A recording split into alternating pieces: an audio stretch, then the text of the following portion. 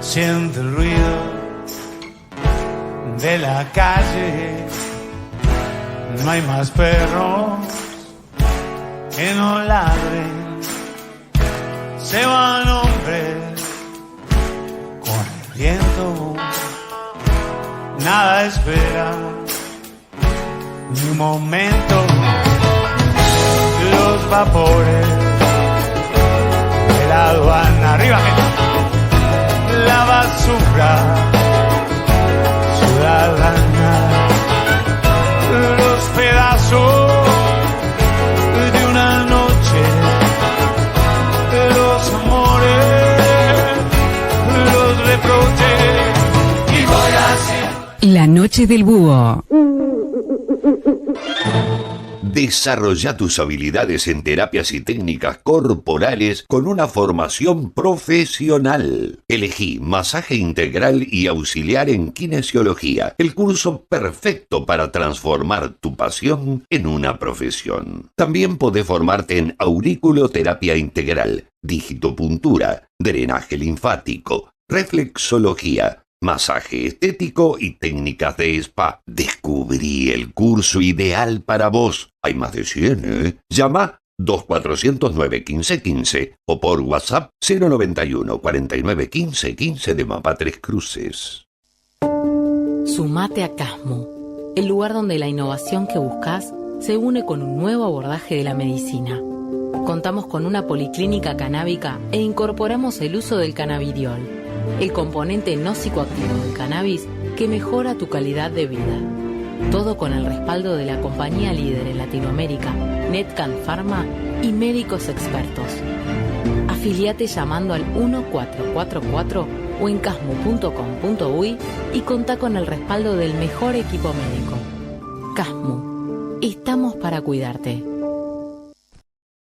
Caminos del Agua, deportes y recreación. Navegamos en canoa los humedales de Santa Lucía. Ecoturismo en el oeste de Montevideo. Escuela de canotaje en Santiago Vázquez. Seguinos en Instagram, @CaminosDelAguaUy o comunicate al 091-335-990. Escuela de canotaje en Santiago Vázquez. Presenta Arasul para su línea Asepsis. Desinfectante de amplio espectro. Utilizado en la industria alimenticia como bodegas, lácteos, frigoríficos, tanto para lavado de maquinarias como para envases y locales. A diferencia de amonios cuaternarios y lejías, Asepsis no deja residuos tóxicos ni clorados. Es de rápida acción y muy fácil eliminación. ¿Tenés una cervecería artesanal? Asepsis se encarga de proporcionarte una desinfección efectiva en minutos. Ideal para fermentar, botellas y equipos de envasado. Mantén tu espacio cervecero impecable. Asepsis es amigable con el medio ambiente. Es la opción perfecta para los cerveceros que se preocupan por su producto y la sostenibilidad. No dejes que la contaminación arruine tu arte. Llámanos al 2-222-3910 arasul.com o arasul@arasul.com.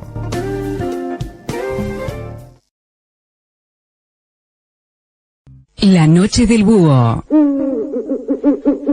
Desde el Museo Támaro. Estamos aquí con un fondo espectacular, un mural de Jorge Aramendía Paisé, que lo tenemos aquí en la mesa. Nos va a contar un poquito de esta obra, cómo arrancó, el tiempo que llevó, porque es impresionante. Y bueno, acá tenemos a un primo del búho clásico nuestro.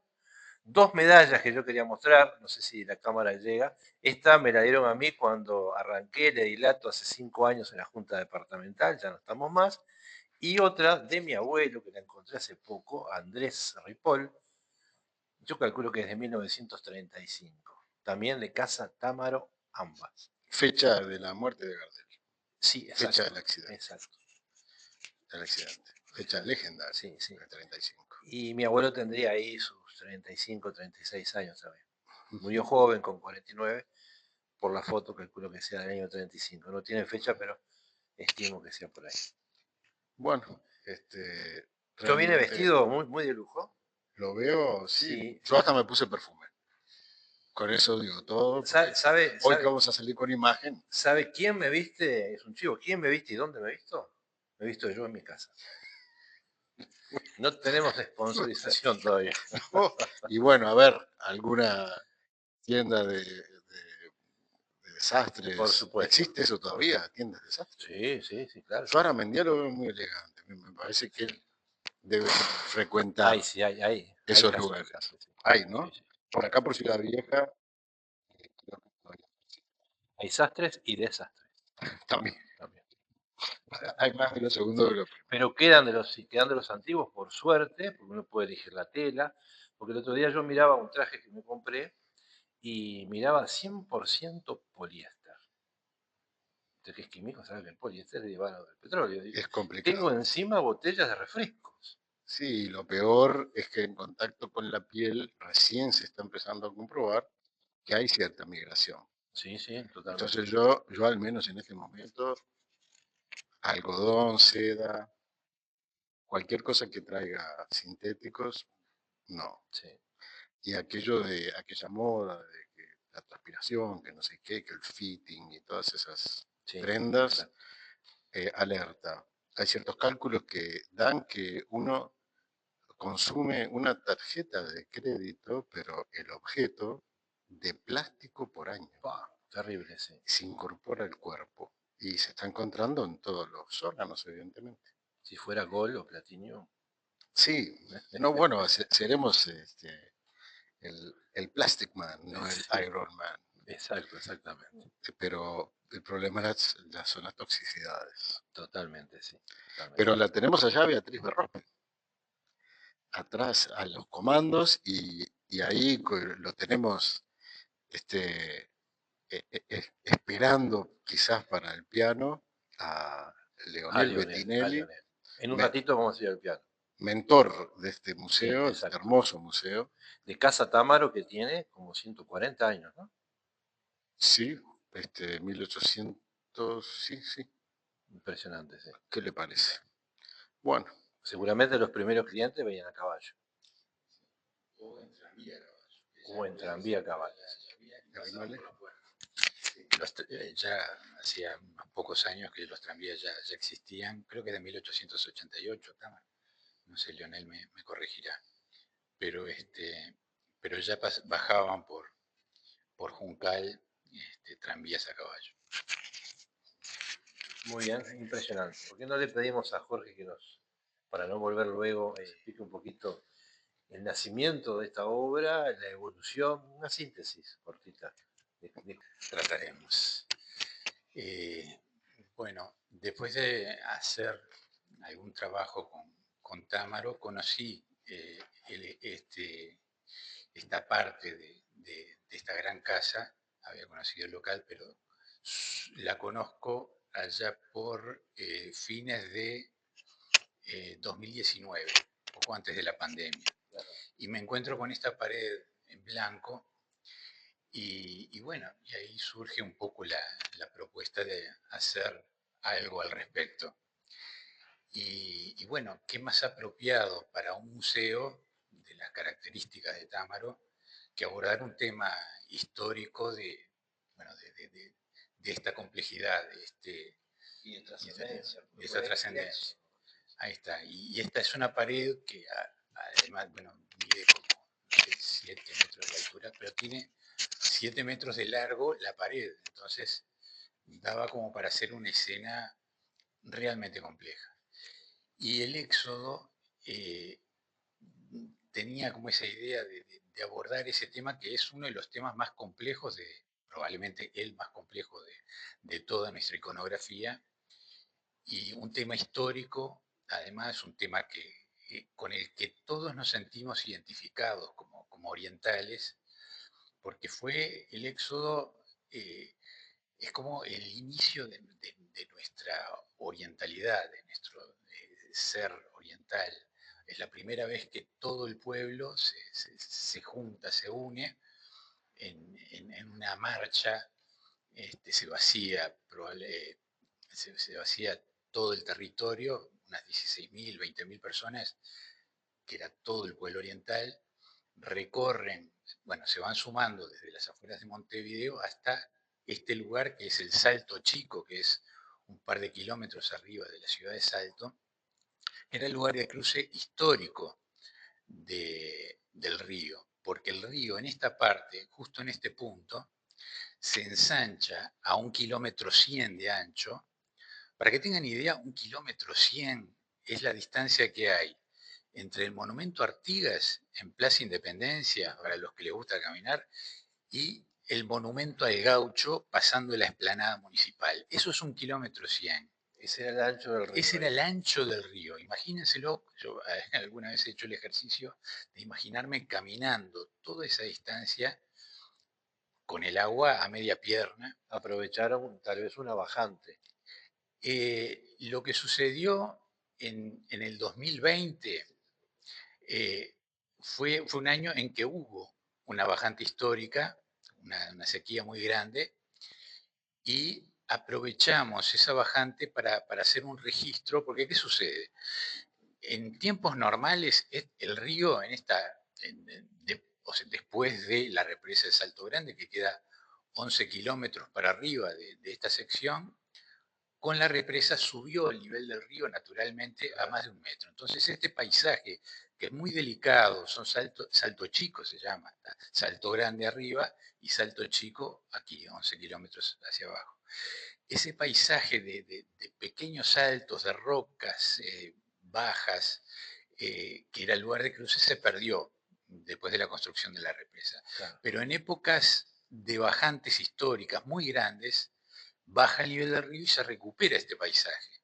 Entonces fue lo que hicimos. En el 2020 aprovechamos esa bajante tremenda que hubo y se hizo un registro con dron de alguien de aquí, de la ciudad de Salto, que queda. Se registró para que pudiese ser representado de la manera más fiel posible. Entonces cada roca es la que es y está donde tiene que estar. Ahora, ¿qué sucede? El mural está en un espacio muy exiguo. Es como no sé si se llega a ver en alguna cámara, pero es un espacio prácticamente circulatorio. Entonces tuvo que ser pensada la imagen para ser recorrida en el espacio, porque no hay la suficiente proyección frontal como para verse completamente sin mucha deformación. Entonces se pensó para recorrerse, y como la escena es un recorrido, es una escena muy dinámica, porque toda la escena es el movimiento de los elementos, de las carretas, la gente a caballo, a pie, todo es movimiento, acompaña perfectamente el tema de poder recorrerse, además de la escena, uno en movimiento acompañar en el recorrido. Y para hacer la obra, Jorge, disculpa. Sí. Tú como que te transportaste a ese momento, imaginaste situaciones, como que cerraste los ojos y viviste eso para ir plasmando cada detalle, ¿no? Porque es impresionante el detalle. Los perros, los caballos, los bueyes, los niños, los bebés. Exacto. Yo más o menos tengo idea de todo lo que se ha representado sobre este tema, al menos históricamente, porque no hay muchas representaciones pictóricas o murales del Éxodo, porque hay temas como Montevideo Antiguo o el Éxodo que se han representado muy poco por la dificultad y por la complejidad del tema. Entonces, realmente hay muy pocos. Y hay un mural, es una pintura grande en realidad, que está en el Museo Militar, que trata este tema, pero se aborda desde la orilla, o sea, el observador está desde la margen oriental y el río abajo, digamos. Entonces se ve el cruce, pero a la distancia. Pero yo quería mostrar la escena en el momento más dramático de toda la epopeya esta del Éxodo, de esta travesía, que es en el medio del río, no desde el costado, desde lejos, no, metido adentro del agua, que eso nunca se había representado. Por eso impresiona tanto a la gente, porque nunca vio esta escena de una manera tan próxima, donde uno prácticamente se siente adentro de la escena. Totalmente. Y ese fue el desafío, imaginarse la escena estando lo más cerca posible de todo ese movimiento, ese dramatismo. Y para eso tuve que desarrollar un sistema perspectivo particular para poder representar esto, porque hay varios desafíos en ese aspecto, porque la escena es tan es tan larga que los dos puntos de fuga dentro de la perspectiva quedan adentro de la escena, lo cual eso ya es bastante atípico. Es una perspectiva, podríamos decir, catenaria, ¿no? O parabólica, donde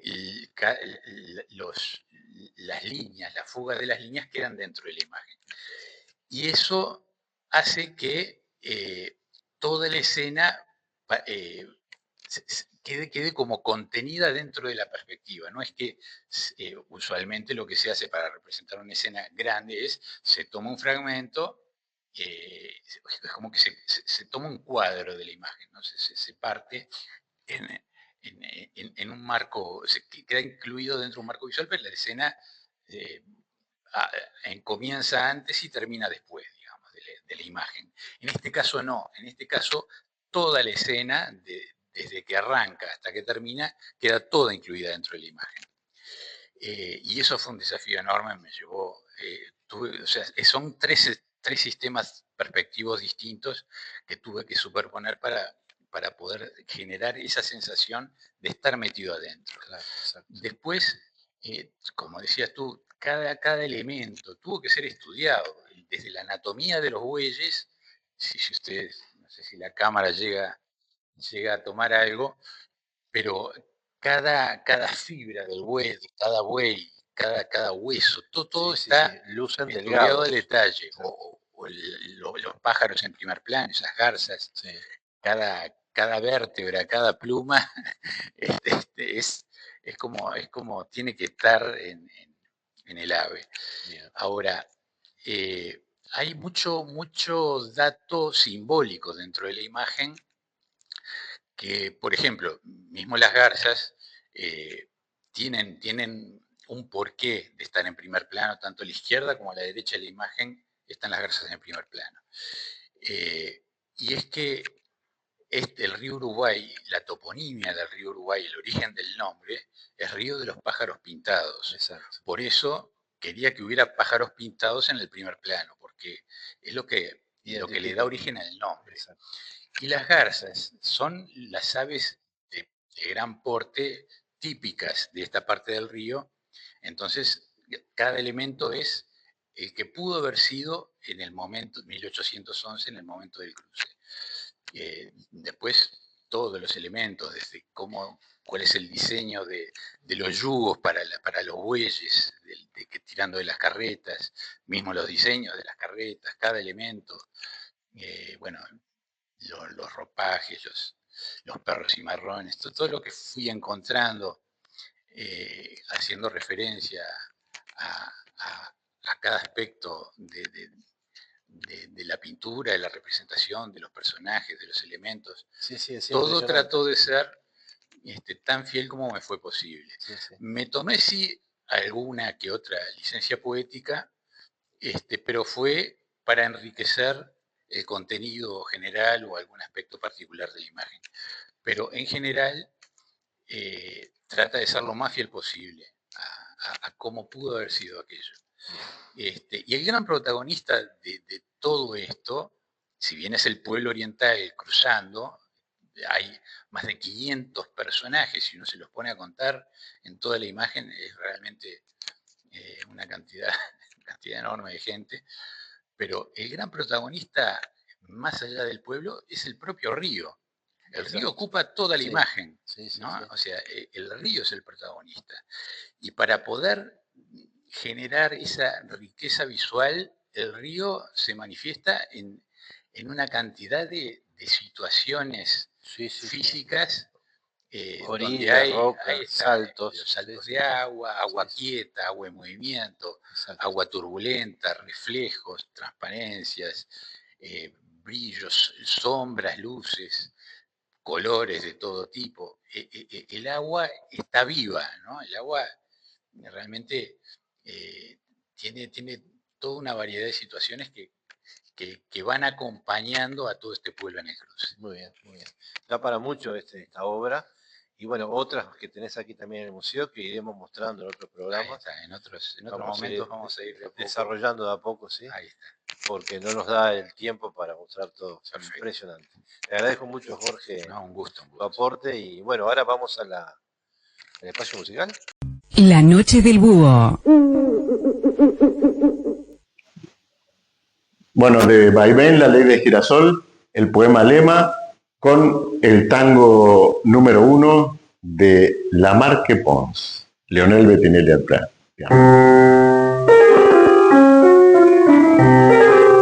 Naciste de ojos abiertos, me han dicho, y yo no sé. Las primeras páginas no admiten acosos de recuerdos.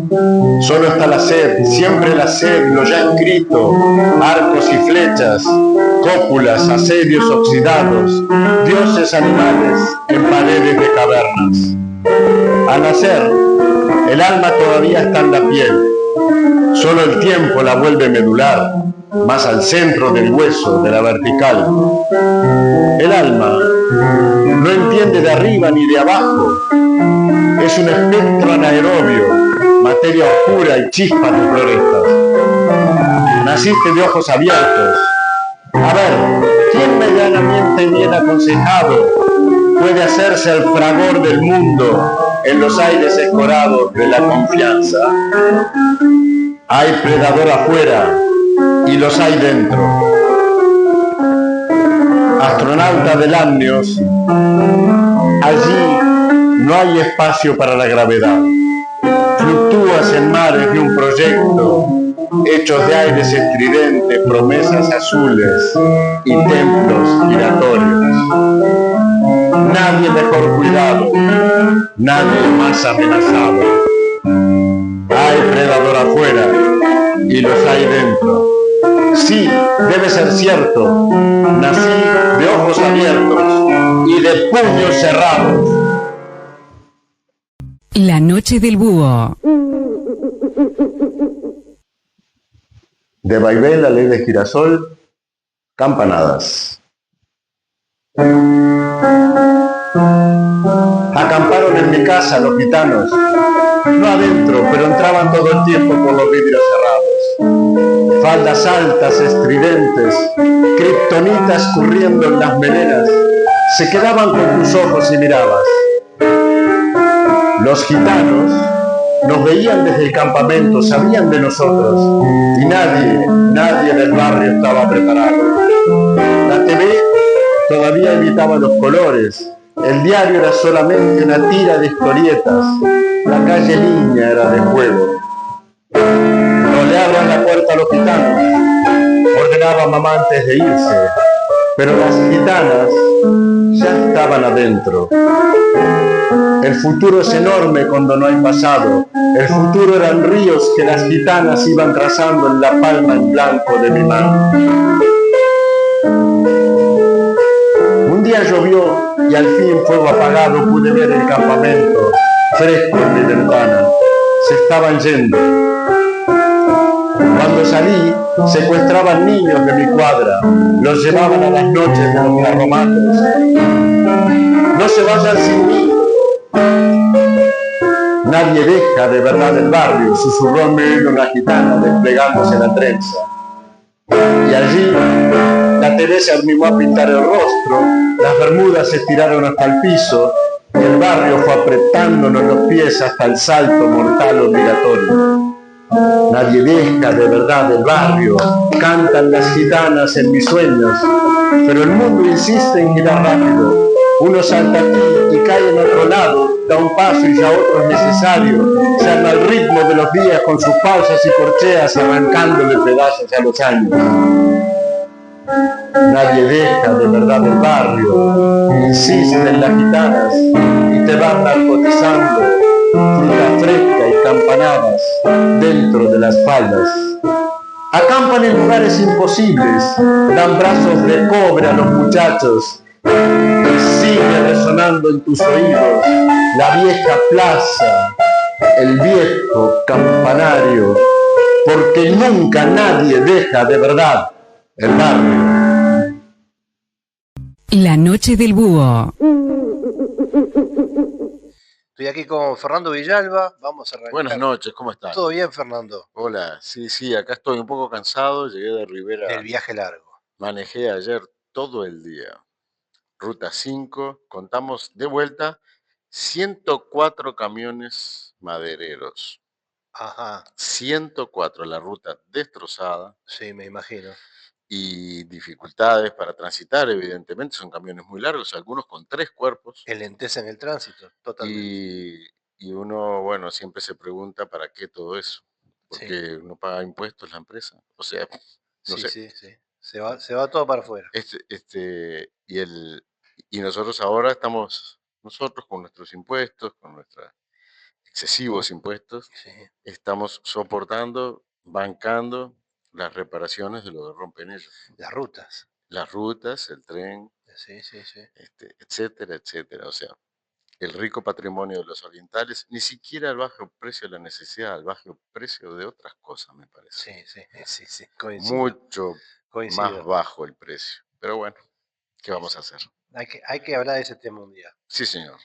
Las 2 horas para ese tema un día. Ahí está. Bueno, hoy tenemos un programa muy nutrido. En un ratito nomás ya, Fernando les va a contar cómo le fue ahí en Rivera.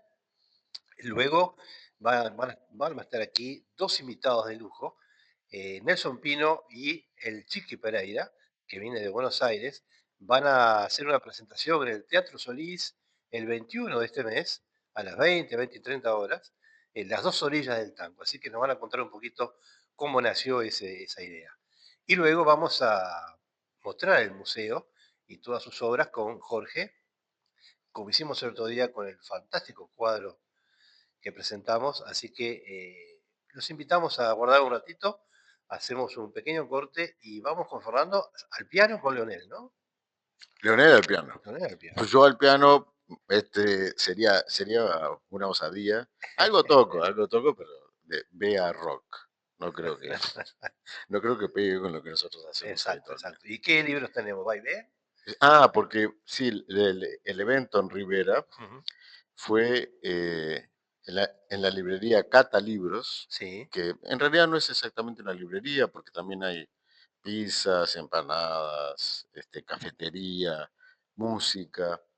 Es un local muy interesante con un planteamiento diverso, un planteamiento sin electrónica, sin pantallas, con juegos de mesa, con guitarras criollas. Si alguien sabe tocar de los que llegan a la librería, se puede poner a tocar allí. Bien, interesante.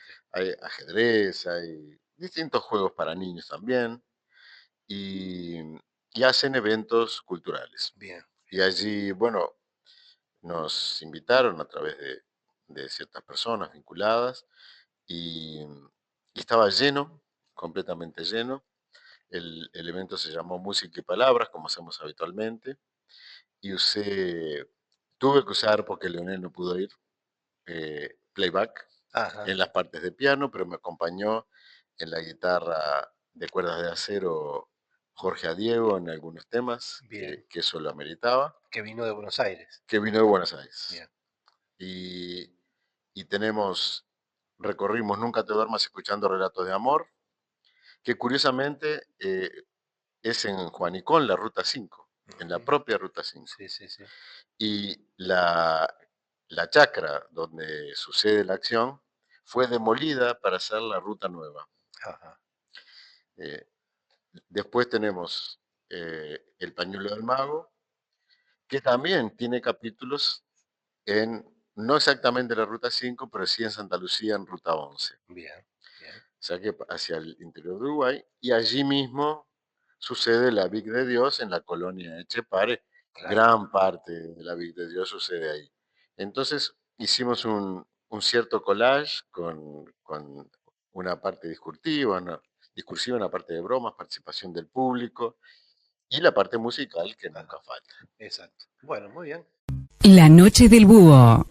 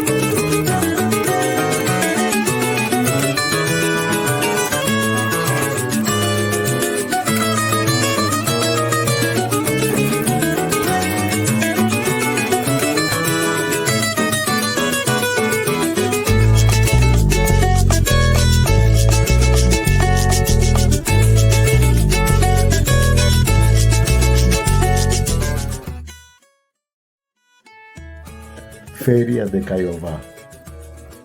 Tierras, tierra del agua. Agua tomate, agua naranja, agua bananas, agua león, mico león.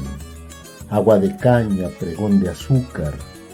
Agua encantada, tierras de miel. Tierra esperanza por 5 reales. Agua de chispas, de lluvia, de versos, piedras y palabras. Apenas creadas y ya olvidadas, aromas así, aún sin escuchar. Agua esperanzas, agua pastel, tierra bacalao. Aguas Portugal, agua de coco, de caña. Corren por la Caiobá, aguas de brisas, palmera y arrayal. Todo en oferta, vamos, que acaba la feria. Toda la tierra por solo 1 real. La noche del búho.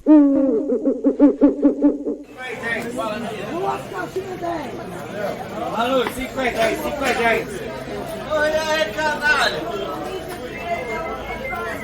Vambora mesmo. Não pode não.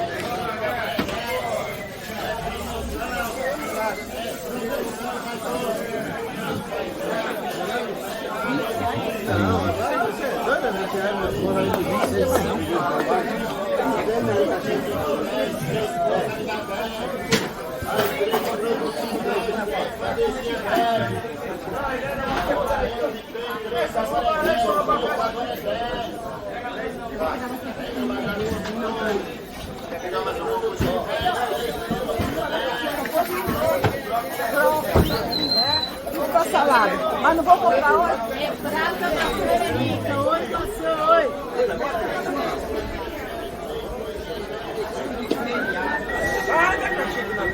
Bom dia para minha preta, Caiu porque tá pesado, ó.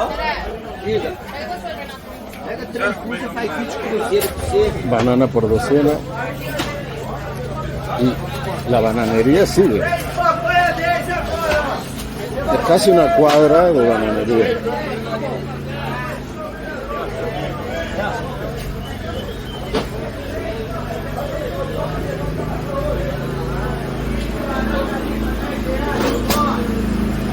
Ya está el caldo de caña. Más bananas.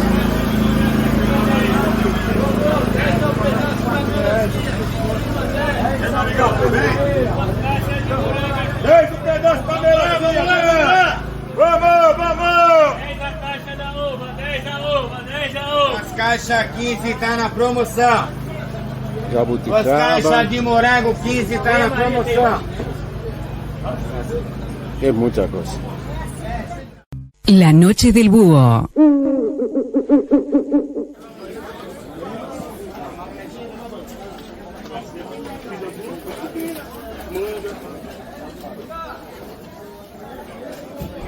Vamos ao cachorro pelo forte, piedade.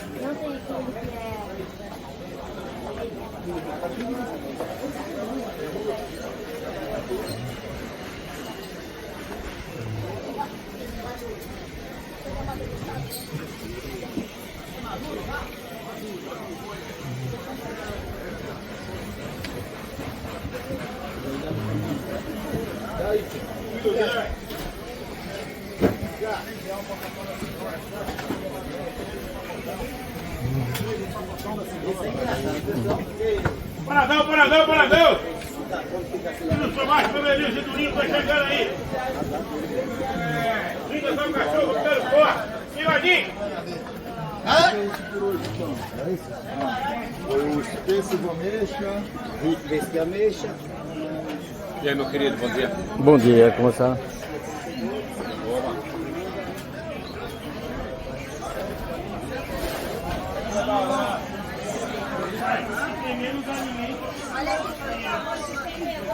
Morango, melancia, abacaxi, maçã, pera, uva.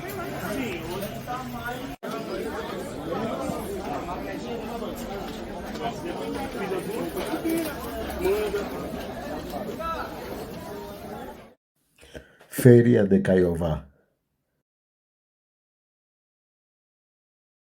La noche del búho.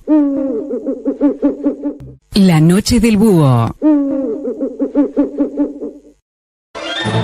Desarrolla tus habilidades en terapias y técnicas corporales con una formación profesional. Elegí masaje integral y auxiliar en kinesiología, el curso perfecto para transformar tu pasión en una profesión. También podés formarte en auriculoterapia integral, digitopuntura, drenaje linfático, reflexología, masaje estético y técnicas de spa. Descubrí el curso ideal para vos. Hay más de 100, ¿eh? Llama 2409-1515 o por WhatsApp 091 49 15 15 de Mapa Tres Cruces. Sumate a Casmo, el lugar donde la innovación que buscas se une con un nuevo abordaje de la medicina. Contamos con una policlínica canábica e incorporamos el uso del cannabidiol, el componente no psicoactivo del cannabis que mejora tu calidad de vida. Todo con el respaldo de la compañía líder en Latinoamérica, Netcan Pharma y médicos expertos. Afiliate llamando al 1444 o en casmo.com.uy y contá con el respaldo del mejor equipo médico. Casmo, estamos para cuidarte. Caminos del Agua, deportes y recreación. Navegamos en canoa los humedales de Santa Lucía. Ecoturismo en el oeste de Montevideo. Escuela de canotaje en Santiago Vázquez. Seguinos en Instagram, @CaminosDelAguaUy o comunicate al 091-335-990. Escuela de canotaje en Santiago Vázquez. Presenta Arasul para su línea Asepsis. Desinfectante de amplio espectro. Utilizado en la industria alimenticia como bodegas, lácteos, frigoríficos, tanto para lavado de maquinarias como para envases y locales. A diferencia de amonios cuaternarios y lejías, Asepsis no deja residuos tóxicos ni clorados. Es de rápida acción y muy fácil eliminación. ¿Tenés una cervecería artesanal? Asepsis se encarga de proporcionarte una desinfección efectiva en minutos. Ideal para fermentar, botellas y equipos de envasado. Mantén tu espacio cervecero impecable. Asepsis es amigable con el medio ambiente. Es la opción perfecta para los cerveceros que se preocupan por su producto y la sostenibilidad. No dejes que la contaminación arruine tu arte. Llámanos al 2-222-3910 arasul.com o arasul@arasul.com. La noche del búho. Justamente el libro se llama Vaivén, la ley de girasol, y tiene su versión en portugués, Vaivén, la ley del girasol, que no es una traducción, es una versión. Entonces venía la gente, inclusive algunos compraron los dos. Se llevaban la versión en español y la versión en portugués, porque bueno, por esa característica tan interesante que tienen nuestras ciudades limítrofes. Eso de cruzar la plaza y estar en otro país. Y lo peor es que se nota la diferencia claramente. Es muy, muy interesante. Y apenas nos dio para mojar el pie en el agua de la cultura riverense, pero fuimos muy bien recibidos, estuvimos allí al lado de la Intendencia Municipal, les agradecemos mucho a las personas de Catalibros, Abigail y Walter, que nos recibieron como si nos recibiesen en su casa. Y allí estuvimos con Jorge Diego, en fin. Y la cultura del tango, ahora nos venimos al tango, que fue mis inicios como escritor, el pañuelo del mago, el pañuelo de Gardel. Exacto, el pañuelo del mago. El pañuelo, y que fue con lo que empecé en Rivera, empecé con una referencia tanguera, para defender lo nuestro también. Sí, sí. Uno no deja de tener su corazoncito. Si bien tengo la doble ciudadanía. Que el pañuelo era parte de la vestimenta, ¿no? Formal. Claro, sí. La anécdota es que Victorino Duarte, que es el personaje principal del libro, es un vendedor de diarios, un canillita, como se decía en la época, los años 30, y está un chico del conventillo, un chico afrodescendiente, analfabeto, digamos, con todo para perder. Pero un día, por una circunstancia fortuita, presencia las actuaciones de Gardel frente a los canillitas en la calle. Y allí él estornuda a Victorino y ahí entra en acción el pañuelo del mago. Gardel se saca el pañuelo del saco y se lo entrega. ¿Todo esto pasó en Rivera? No, en Montevideo. En En Montevideo. Ah. Y él adopta este pañuelo como pseudo amuleto. Y allí la vida de él empieza a cambiar. Se escolariza, en fin. Ahí empieza nuestro Ulises uruguayo, nuestro niño del conventillo, su recorrido por y la vuelta a Ítaca. Muy bien, perfecto. Y hablando de tango, ya lo están viendo ustedes, estamos con la presencia de Nelson Pino. Bienvenido, Nelson. Gracias por estar. Muchas gracias a ustedes por recibirme. Bien, bien. Nelson, te entrevistamos el otro día en 970 Universal y hablaste un poco y queremos que hables de vuelta sobre este espectáculo que va a sucederse el 21 de noviembre en el Teatro Solís, con otro grande del tango como es el Chiqui Pereira. Ricardo Chiqui Pereira, sí. Va a acontecer el próximo 21 de noviembre, viernes 21 de noviembre a las 20 horas en el Solís, Las dos orillas del tango. Es un espectáculo guionado, como siempre, en mis espectáculos por Dino Armas, textos de Dino Armas. Y bueno, y ahí tenemos para contar historias, anécdotas, en fin, vivencias del tango, contando y cantando. Con este gran cantor argentino que nos visita por segundo año consecutivo, porque el año pasado también tuve oportunidad de compartir con él en mi segunda casa, que es Bar Funfun. El Funfun, claro, acá cerquita. Muy cerquita. Y estuvimos también actuando en el Club Español y debido al éxito que tuvo un espectáculo que hice el año pasado, pero en solitario, porque yo estaba solamente con la orquesta, que se llamó Buenas noches Montevideo. Es un espectáculo que vengo haciendo desde el año 18, que lo hice en el Auditorio del Sodre, después en la Cita Rosa el mismo año, y el año pasado pude llevarlo del Solís y bueno, la gente del Solís me pidió o me preguntó si quería hacer otra fecha con otro espectáculo. Y a mí se me ocurrió decirle a este gran cantor, que es Ricardo Chiqui Pereira, para que me acompañe, para que no me quede tan solo. Porque los espectáculos que vengo haciendo son contextos siempre de Dino Armas. Y yo no tengo a más nadie. Y voy contando y cantando. Y tengo una orquesta de sostén. Claro. Entonces ahora va a cambiar un poco, va a ser una interacción, una conversación con Ricardo. Con las dos orillas, como dice. Con las dos orillas, y claro, tocando temas un poco en broma, un poco en serio, sobre Gardel, vamos a hablar sobre esas cosas. Y justo con el Chiqui, que tiene una trayectoria, él se inició impresionante. Allá en la década del 80, un poco antes, en Grandes Valores del Tango, ¿no? En el 78 sí. Había un concurso de nuevos talentos en el lugar donde él vivía, allá en Río Negro. En Río Negro, sí. Provincia de Río Negro. Provincia de Río Negro. Y el premio era venir a Buenos Aires. Y bueno, así fue, lo contrató Canal 9 y ahí se incorporó al elenco de Grandes Valores del Tango. Y ahí quedó. Y ahí quedó, está haciendo una carrera maravillosa. Sí, ¿no? sí, maravillosa. Sí, con otro grande que conducía, que es Silvio Soldán, ¿no? Con Silvio Soldán, el Chiqui llegó ayer. Antes de ayer le hicieron un homenaje en la legislatura porteña a Soldán. A Soldán. Sí, y fueron todos los cantores, ¿no? Estaba Guillermo Galvé, Lavie, Hugo Marcel, María Garay, Chiqui Pereira, y ese hombre sigue para adelante. Sí, Soldán también, creo que tiene 91 años, una maravilla. Sí, 90 y pico, sí, exacto.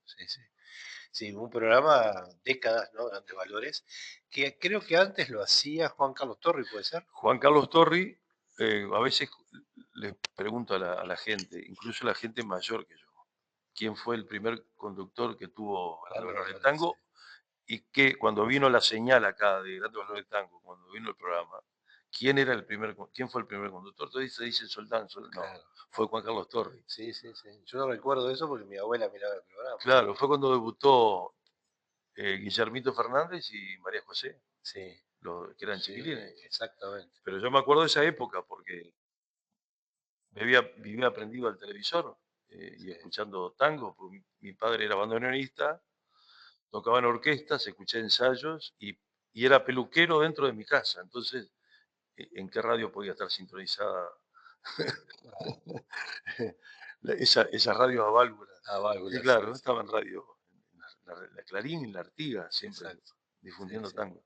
Sí, sí, tango y folclore. Por eso me acuerdo de toda esa época. Sí. Sí, sí. Nosotros tenemos una amiga vinculada al tango porque es la hija de Hugo del Carril, la primogénita, Marcela Fontana. Marcela Fontana, ajá. Sí, que vive en Roma, con toda su familia hace años, y bueno, cada tanto hablamos con ella, y cada vez que hablamos de Hugo del Carril la llamamos y hacemos una semblanza de Hugo. Sí, sí. Sabés que no sabía que tenía una hija mujer, ¿no? La primera hija fue mujer. Sé que tiene Hugo de Carril Jr. Sí, sí, pero tiene 2 hijas más. 2 hijas. Tres mujeres y un varón. Claro. Sí, 3 mujeres. Claro, y el apellido era Fontana. Sí, Hugo Piero Fontana. Sí. Exacto. Qué cantor, ¿eh? Sí. Qué productor y qué actor. Sí. Él llegó a decir que por la política había perdido amigos. Claro, y fue el Perón, ¿no? El cabeza de la marcha de Perón. La marcha de Perón la grabó él. La grabó él, claro. Fue la voz y presencia. Impresionante. Bueno, y contanos un poco de vos. ¿Cuándo te iniciaste? Me inicié en el tango en el año 81. 81. Debuté casi con el Chiqui. Sí, sí, por ahí. Debuté cerquita de acá, en el Teatro Carlos Brusa. ¿Carlos? Brusa, acá, el Odeón, ex Odeón. Sí, el ex Odeón, exacto. Un viernes de julio del año 81, con la orquesta de Walter Méndez. Ajá. Y los Marinos Cantores. Los Marinos Qué Cantores, linda época, qué linda época era esa. La digo con mucha nostalgia porque una época divina. Sí. Y ahí estábamos todos los viernes,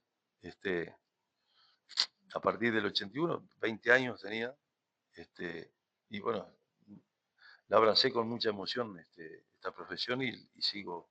Y seguís para adelante. Sigo para adelante. Estuviste con Donato Raciati también. Con Donato estuve 3 años, y bueno, dentro de esos 3 años hicimos giras por Uruguay, por todos lados, y acá, por supuesto, por todos los salones bailables. Y aparte, Japón. 2 veces fui a Japón con el Tano. La juventud está muy prendida al tango. Sí. Eso es sorprendente. Sorprendente porque hay tanta cosa de mal gusto girando. Sí, claro. Y escuchándose y con mucho éxito y ganando premios, Grammys y no sé qué. Pero hay un sector de la juventud. Sí, que empiezan gustándole el tango por el baile. Pero ya hay muchos chicos, muchachos, muchachas que están tocando bandoneón, que están tocando piano, violín, contrabajo, cantando. Yo tengo esa experiencia de cantar con esa gente más joven.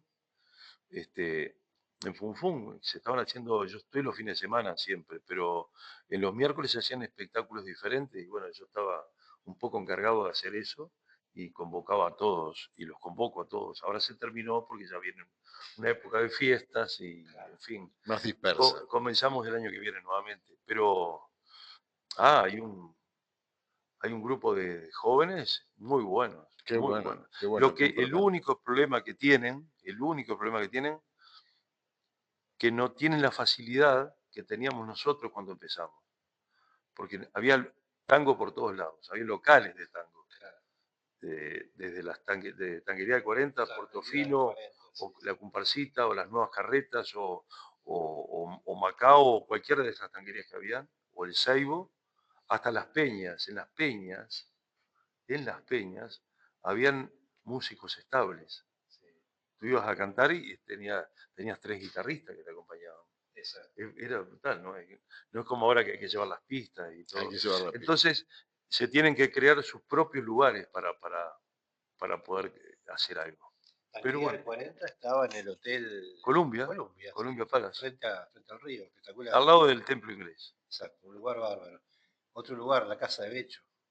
Bueno, ahí tuve la oportunidad de inaugurarla con César Zagnoli en el año 96. Estuve 5 años actuando ahí y es otra de las injusticias, ¿no? que esté cerrada. La casa original del autor del tango más famoso del mundo, esté cerrada. Que le hayan dado la espalda. Se gasta tanto dinero en otras cosas absolutamente La irrelevantes. cerraron en el año 2000, 2001, Blanquita y Garisto, los dueños, y se lo ofrecieron al Ministerio de Cultura de esa época, se lo ofrecieron a la Intendencia de esa época, y así sucesivamente con diferentes gobiernos, y nadie le ha hincado el diente. Es una verdadera injusticia. Está cerrado completamente, la vandalizaron hace unos años, robaron el disco original de la primera grabación de La Comparsita. Una herejía todo. Qué horror. Da hasta pena da. Pero bueno, ahí sí seguimos para adelante con el tango. Sí. Una música tan generosa como el tango, que nunca fue defendida cabalmente como se tiene que defender, como la defienden los argentinos. Lo mismo de Gardel, lo mismo de Gardel. Acá no se defendió nunca. Recién ahora, y empezó un poco con historiadores argentinos, hay una gran movida. Yo tengo la oportunidad de ir a Tacuarembó a veces a actuar. Bueno, ahora, de hecho, voy al segundo festival. Fui el primer festival el año pasado, ahora el segundo festival de Teatro Escayola. Pero bueno, seguimos para adelante con el tango, así, contra viento y marea. Contra viento y marea. Como decía Pichuco, el tango los espera a los 40.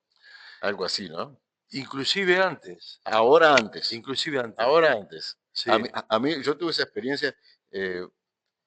A mí me gustaba el rock, todo eso. En mi casa se escuchaba el tango, claro. Por supuesto. Mi madre inclusive me enseñó a bailar tango. Y bailar me gustaba, pero por llevar aquella rebeldía adolescente y juvenil, yo escuchaba Led Zeppelin y no quería saber de nada. Y soy muy perdido, muy desorientado, y estoy en la calle Florida, en Buenos Aires. Tenía que entrar a un hotel, al hotel, y me pierdo y abro una puerta y abro otra y entro en un lugar donde está ensayando una orquesta de tango. Y estaban ya con la ropa de actuación. Y el único del público era yo, porque había entrado por equivocación. Era un ensayo. Y yo dije, esto es maravilloso. En eso te puedo identificar el momento en el que yo me hice tanguero. Fue ese instante en el que te cayó la ficha. Dije, ¿qué es esto? Esto es maravilloso, esto es fantástico. ¿Qué rock, mi rock? Pero sin embargo, escuchabas Led Zeppelin, escuchabas unas bandas impresionantes. Claro. Comparalo con ahora, ¿no? Sí, no, por favor. Toda esa música, por decir música, es eso que nos invade. Sí, no, tres notas. Tres notas. Y un ritmo. Un ritmo y letras absurdas. Sí. Y cuando no, bueno, no quiero hablar de esa profesión, porque cuando no, dicen que eso es un músico, un tipo que pone los discos y hace chiqui, chiqui. Claro. No, y eso es la gente paga miles de dólares para verlos. Viajan de lejos. La gente paga miles de dólares y le pagan miles de dólares a ese. Muchísimo para hacer chiqui. Y vos decís, no, acá algo está fallando. Sí, claro. Y no es que nos estemos poniendo viejos, porque también se sabe apreciar mucha cosa buena que hace la juventud, como estábamos comentando. Tengo la esperanza que esto sea cíclico, ¿no? Que ya estemos volviendo otra vez yo creo que sí. a la madurez intelectual, que se dé cuenta el hombre, genérico, el hombre, que ya más no se puede. Más bajo no se puede. Más bajo no se puede ir. Nelson, volviendo un poco a Fum Fum, es un lugar histórico también, ¿no? Tiene un mostrador de madera de estaño. De estaño. El mismo mostrador que se apoyó Carlos Gardel cantando una vez en 1933 cuando probó la uvita, le cantó un tango a capela. Yo hablo en el espectáculo y en el otro, Buenas noches Montevideo, hablaba sobre Fum Fum.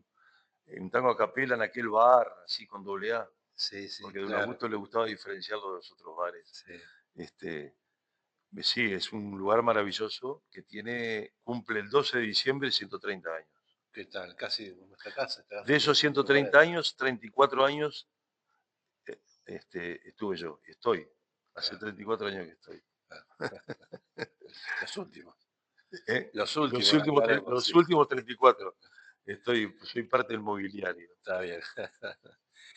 Volviendo a las dos orillas del tango, bueno, ¿cómo esto va a ser el 21? ¿Cómo arranca yo? ¿Cómo lo tienen organizado un poco? ¿Se puede contar algo de eso? Sí. Bueno, arranco, salgo yo a escena y después hablo sobre el cantor Chiqui Pereira, presentándolo de la manera que corresponde.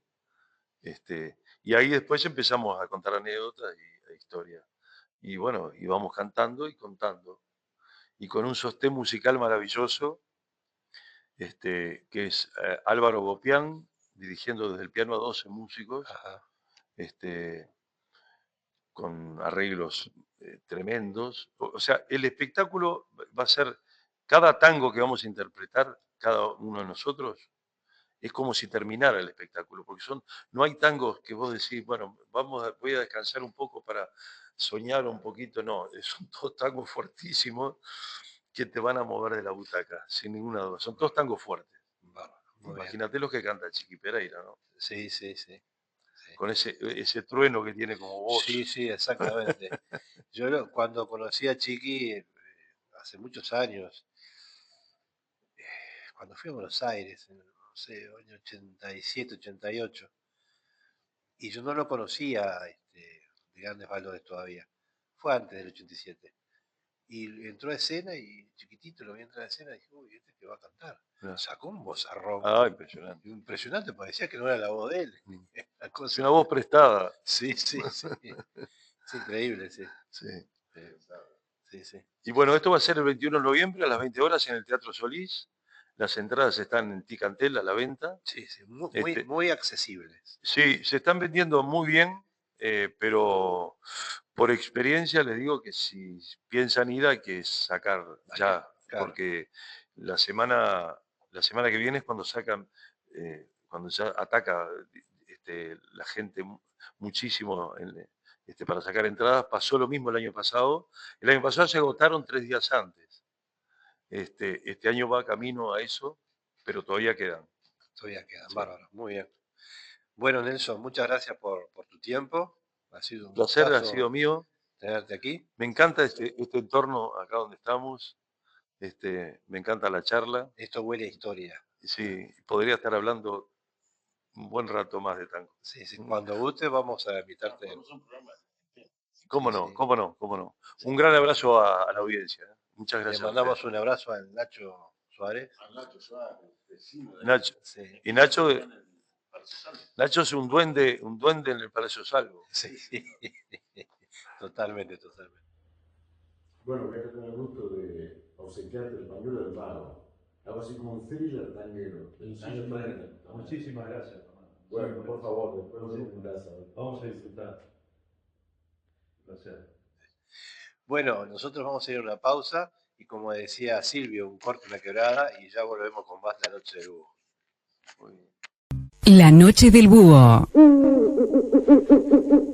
Ahora quería presentarles 3 obras, de las 3 más importantes en tamaño al menos, que están en la sala mayor del museo. Y quería empezar por esta obra que es Montevideo Antiguo en la época de la Patria Grande, que es 1815.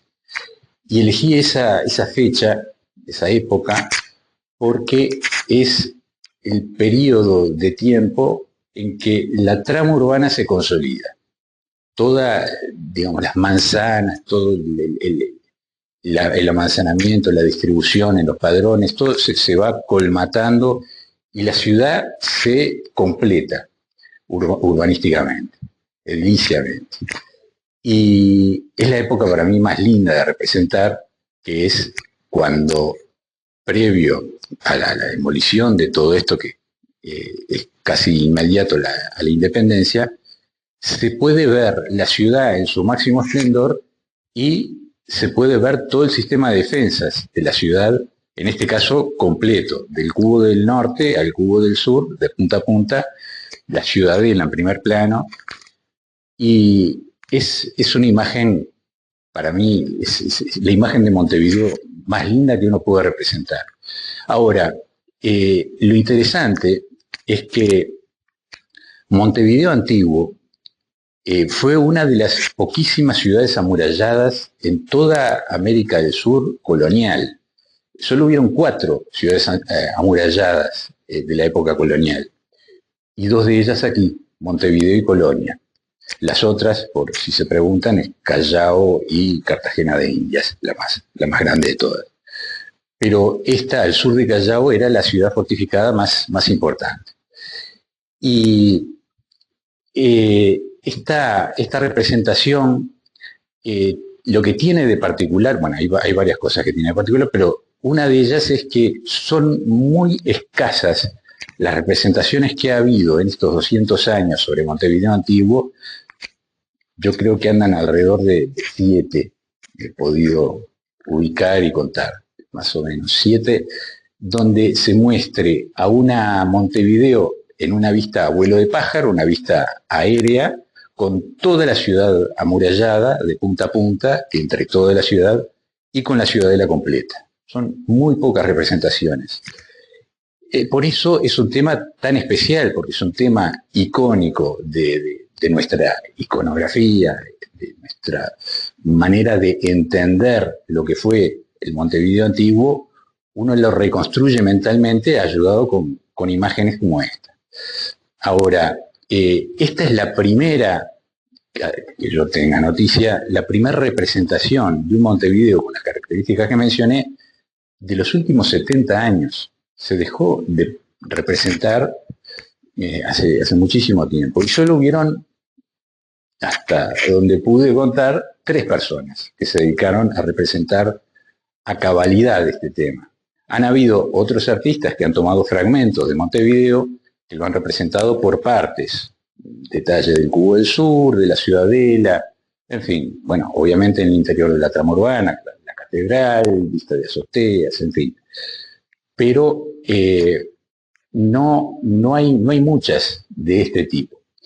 Y esos 3 artistas, los voy a mencionar ya que son tan pocos. Leoni Matis fue la primera, una mujer, fue la primera artista que lo representó realmente de una manera excelente en Montevideo colonial, que también pintó otras ciudades coloniales. Estuvo en Buenos Aires, estuvo en el interior de Argentina, representando escenas históricas también. El segundo artista, Carlos Mengs Freire, que falleció hace relativamente poco, un par de años yo creo. Y el tercero que queda soy yo, que además de esta obra, he realizado otra obra más en acuarela. Esto es un acrílico sobre MDF. Una acuarela de gran formato, pero al contrario que esta, que es una imagen sumamente sintética, muy ligera en la aproximación plástica, son pinceladas bastante sueltas, una paleta súper controlada, muy pocos colores, 3 más negro y el fondo blanco. Al contrario de esta, la acuarela, que está hoy en una colección particular, en una vivienda, tenía todos los detalles que pueden existir hasta el más mínimo. Tanto así que el dueño de la obra se compró una lupa especial para poder ver con la mayor precisión cada detalle que aparece en el cuadro. Bueno, este camino plástico va por otro carril. Es como un boceto grande, muy abstracto, que pretende unificar esa imagen histórica del pasado, esa representación clásica, con un estilo plástico, una manera de hacer sumamente contemporánea. Y bueno, después de 70 años quería generar como esa nueva visión más contemporánea de la obra. Bien, en esta imagen se puede ver prácticamente las cosas más esenciales, no hay detalle, pero se ve el portón de San Pedro, el portón de San Juan, con el camino más costero, toda la fortificación, la ciudadela con sus baluartes. Esta es la capilla de la ciudadela. Aquí está la puerta de la ciudadela, que mucha gente se confunde y piensa que la puerta de la ciudadela daba entrada a la ciudad. No, la puerta de la ciudadela da entrada a la ciudad. Las puertas de la ciudad están a los costados, a unas cuadras hacia abajo. Y este lugar donde era la capilla de la ciudadela es donde hoy está emplazado el monumento a Artigas. Esto es más o menos una manzana en cuanto a dimensiones, pero la Plaza Independencia tiene 2 manzanas de largo, o sea que la capilla queda en el medio. Y bueno, y se pueden ver los edificios más notables de la época, el cuartel de dragones, el cabildo, la catedral, allá con una pequeña barra marrón, es el fuerte de San José, el puerto viejo por allí, los cubos, y bueno, y todo el sistema de defensas. Y una cosa particular que no en todas las representaciones se ha hecho con mucho esmero es el extramuros. Toda la representación de lo que queda afuera de las defensas de la ciudad tenían una topografía muy rica. Había barrancos, había grietas, deslomes de tierra por todos lados, había pozos de agua, era muy accidentada.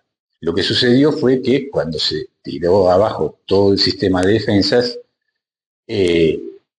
esta sección, toda esta parte de campo fuera de la ciudad, se niveló todo lo que se pudo, millones de carretillas de relleno para que las calles tuviesen las pendientes más razonables posibles.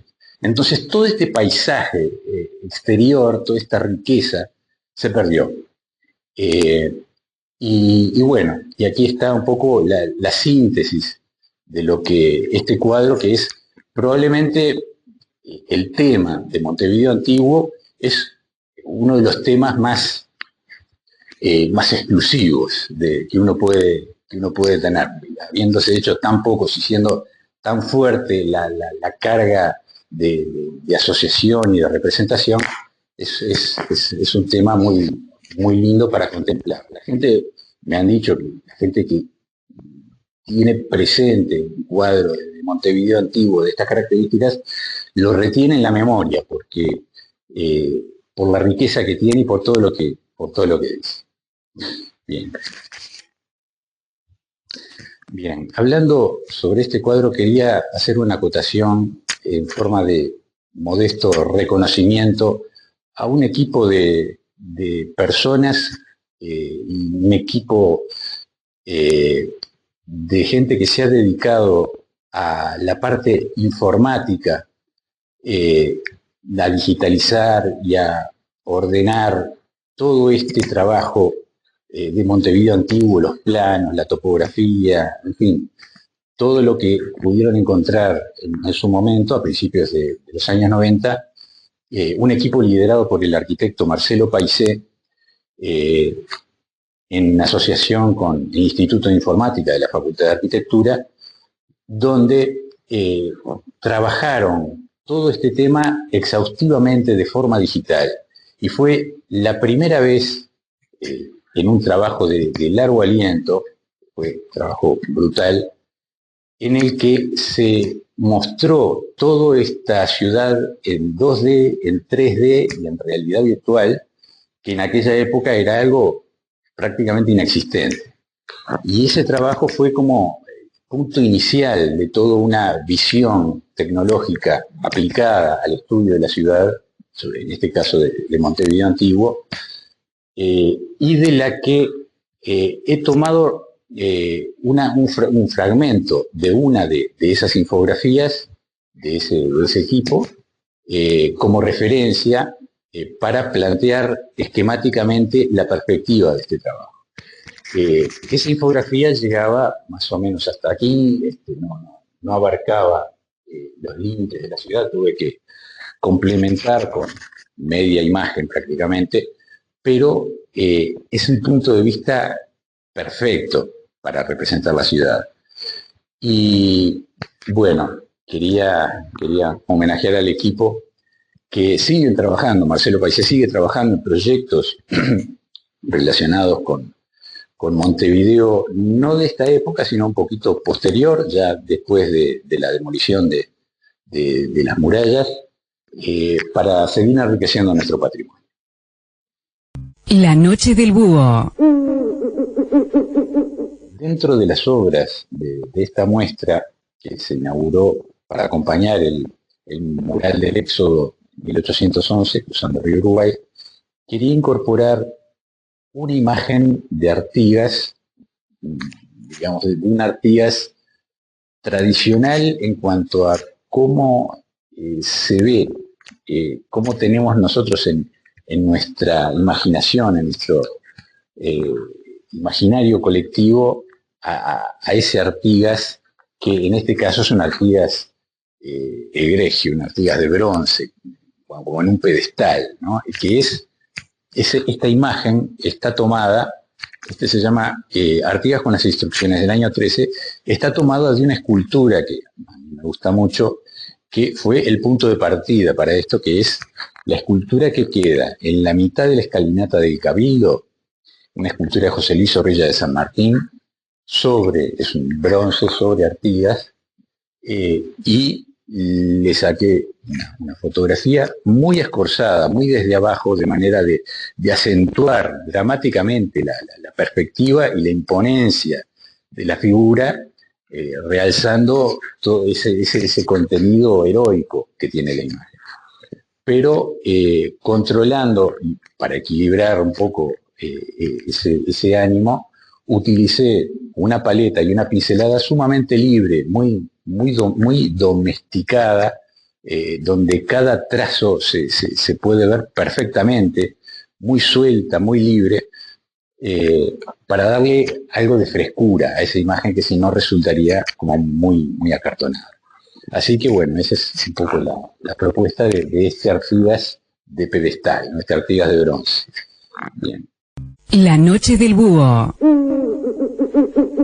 Y para completar esta trilogía de obras que hay en esta sala, quería mostrarles esta pieza que se llama Copla Inmortal, que es una escena de un interior, es una escena de una pulpería, también ambientada en la misma época, digamos, los años 40, supongamos, ya con un Artigas que aparece en primer plano, canoso, ya veterano, pero en contraposición con el Artigas anterior que les mostré, ese Artigas egregio de bronce, este es un Artigas mucho menos representado. Por lo general es el héroe solitario que se representa, ¿no?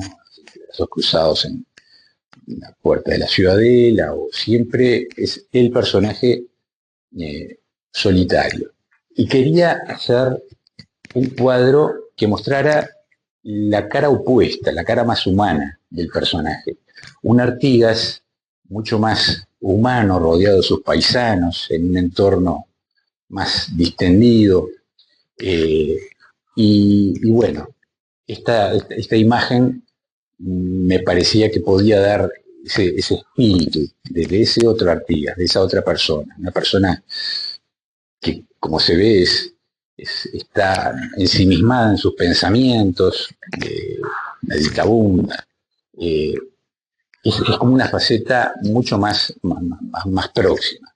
Lo que tiene esta pulpería es el eje principal de la escena, es ese duelo de los payadores, ese duelo de vihuelas, de guitarras, que están cruzadas como si fueran espadas en el centro de la imagen.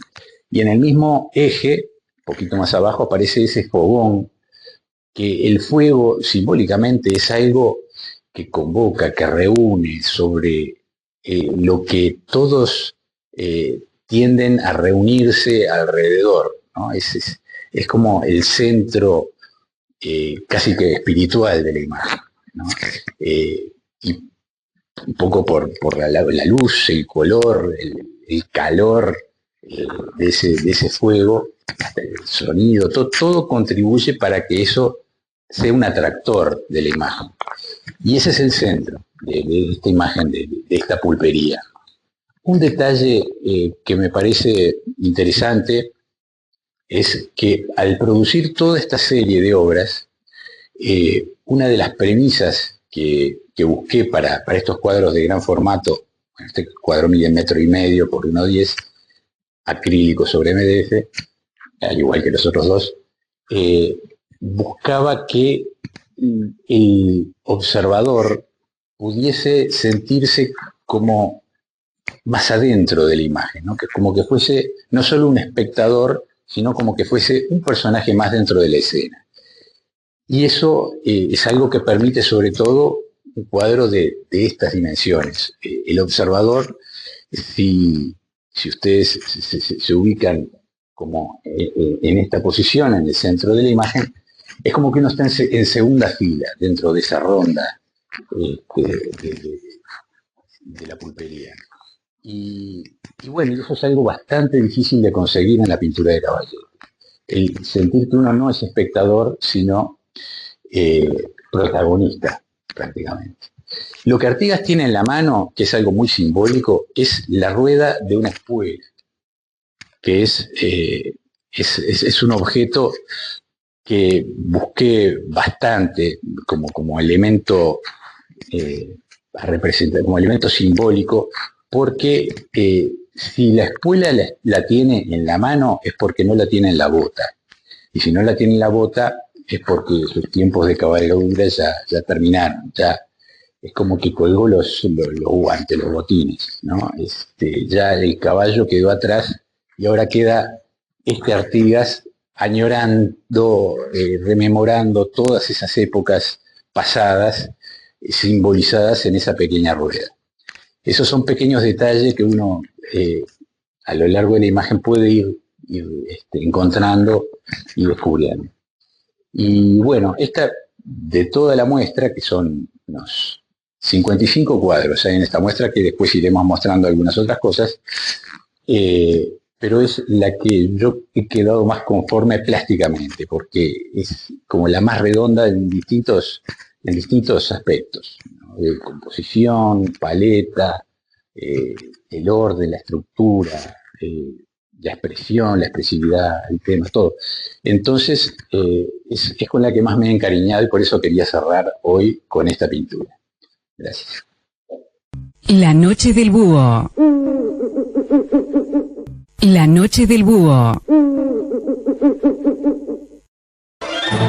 Desarrolla tus habilidades en terapias y técnicas corporales con una formación profesional. Elegí masaje integral y auxiliar en kinesiología, el curso perfecto para transformar tu pasión en una profesión. También podés formarte en auriculoterapia integral, digitopuntura, drenaje linfático, reflexología, masaje estético y técnicas de spa. Descubrí el curso ideal para vos. Hay más de 100, ¿eh? Llama 2409-1515 o por WhatsApp 091-4915-15 de Mapa Tres Cruces. Sumate a Casmo, el lugar donde la innovación que buscas se une con un nuevo abordaje de la medicina. Contamos con una policlínica canábica e incorporamos el uso del cannabidiol, el componente no psicoactivo del cannabis que mejora tu calidad de vida. Todo con el respaldo de la compañía líder en Latinoamérica, Netcan Pharma y médicos expertos. Afiliate llamando al 1444 o en casmo.com.uy y contá con el respaldo del mejor equipo médico. Casmo, estamos para cuidarte. Caminos del Agua, deportes y recreación. Navegamos en canoa los humedales de Santa Lucía. Ecoturismo en el oeste de Montevideo. Escuela de canotaje en Santiago Vázquez. Seguinos en Instagram, @caminosdelagua.uy o comunicate al 091-335-990. Escuela de canotaje en Santiago Vázquez.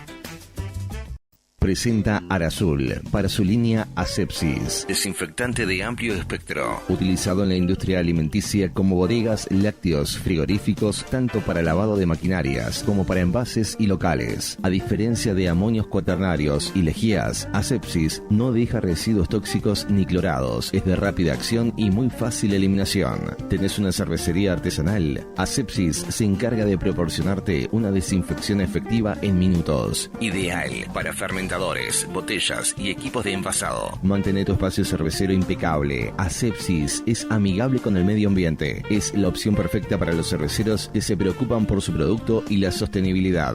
No dejes que la contaminación arruine tu arte. Llámanos al 2-222-3910 arazul.com o arazul@arazul.com. La noche del búho.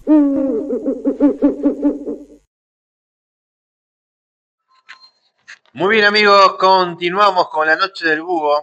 Estás en Casa Támaro, en el Museo de Casa Támaro.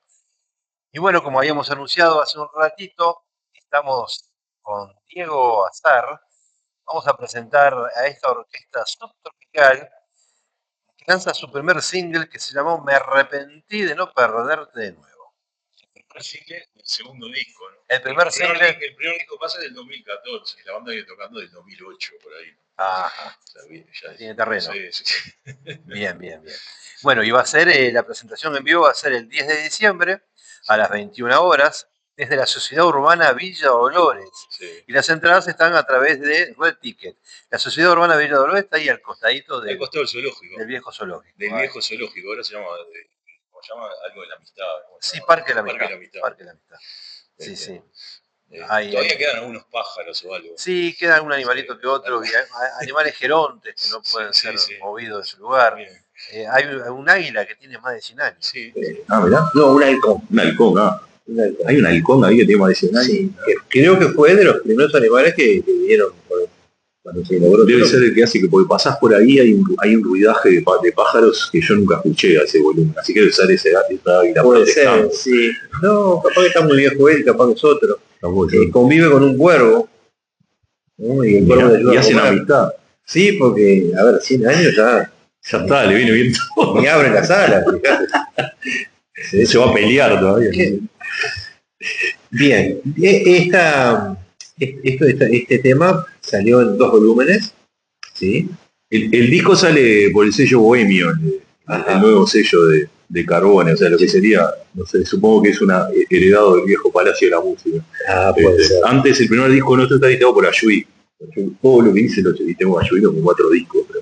Pero ahora estamos por Bohemio. Y me encantó el título, El cliente no tiene la razón. No tiene la razón. Rompiendo reglas.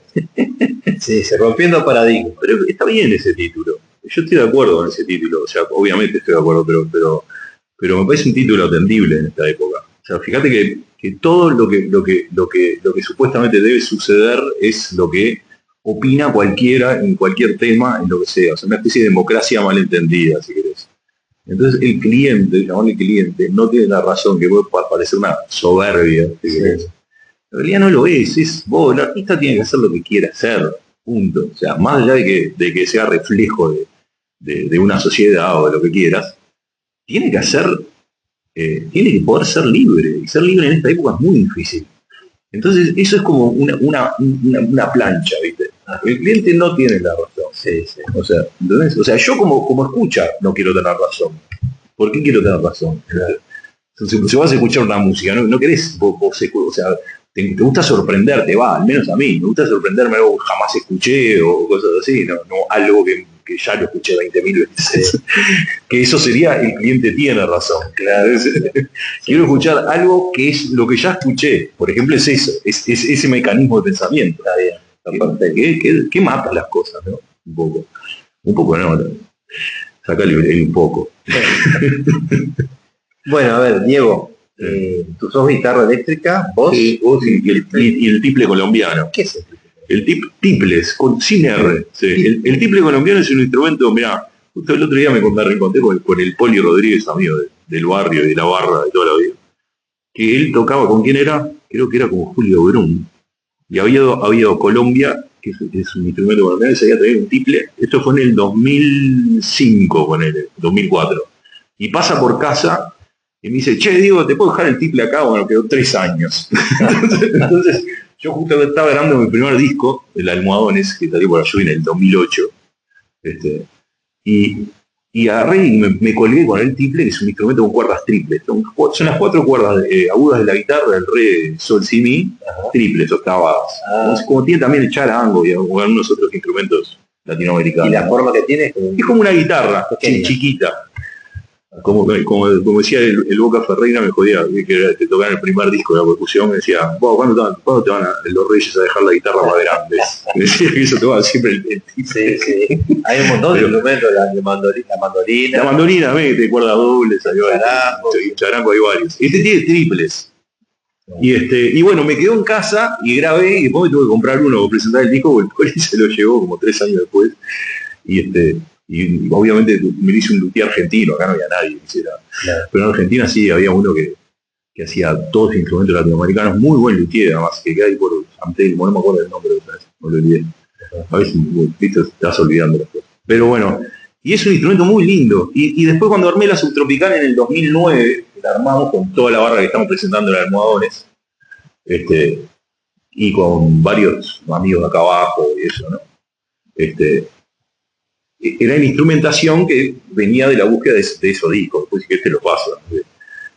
Y ahí está eso, ¿viste? Y yo lo usaba como para hacer base, digamos, lo que sería el tumbado, digamos. Si escuchás, por ejemplo, La Negra Sofía, que está en el primer disco, el arranque, si querés, ponés 4 compases del primero y vas a escuchar el sonido, que está ahí, está por todos lados.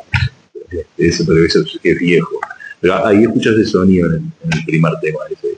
Clarito, ¿no? La introducción es eso, es ese instrumento, es muy lindo. Bueno, parecía un tre, ¿viste? El tre cubano, la sonoridad anda por ahí. Y yo no lo toco como lo tocan en Colombia, ¿no? En Colombia lo tocan rasgueado. Hay una cosa que se llama el trío, creo que se llama el trío tradicional colombiano, no me acuerdo ahora exactamente el nombre, que es mandolina, tiple y guitarra. Y el guitarra oficiaría como un bajo, si querés, como un bajo con el pulgar. Trío tradicional, no me acuerdo, es el trío tradicional de Colombia. Y el tiple rasguea, pero yo lo uso más como si fuese un tre, digamos, tumba, ¿no? No racata. En Colombia no. ¿Con los dedos directos o usas algo? No, púa, yo vengo del jazz, de la guitarra eléctrica, panqueque, no toco mucho. Sí, toco bossa y cosas, pero no soy... La escuela garlevariana me la salté. Bueno, a ver, ¿quién más te acompaña? ¿Santiago Lorenzo? No, la banda somos el santo Santiago Lorenzo, que siempre toca bandoneón, y que acá toca guitarra, ¿no? Y acá toca teclado esta vez. Diego Balseiro toca el bajo, bueno, Guille Lamolle que toca, canta y toca la guitarra. Álvaro Salas, que toca, Federico Sayés, que toca el saxo, Álvaro Salas toca las tumbadoras, y Ramón López el timbal.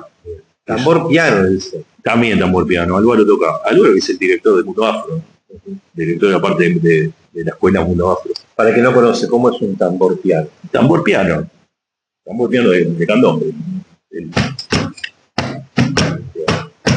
Esa figura. El grave, no el más grave, el más grave era el bombo antiguamente, que hacía algo así como una conga, iba más con el paso. El tambor piano es como una modernización. Si vos escuchás en la grabación a Yestarambo en el año 50, de Musicológicas, ahí hay una grabación de tambor bombo con la figura que toca.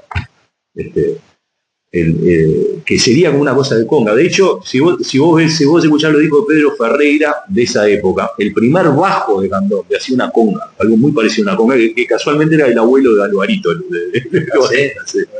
contrabajista de Pedro Ferreira.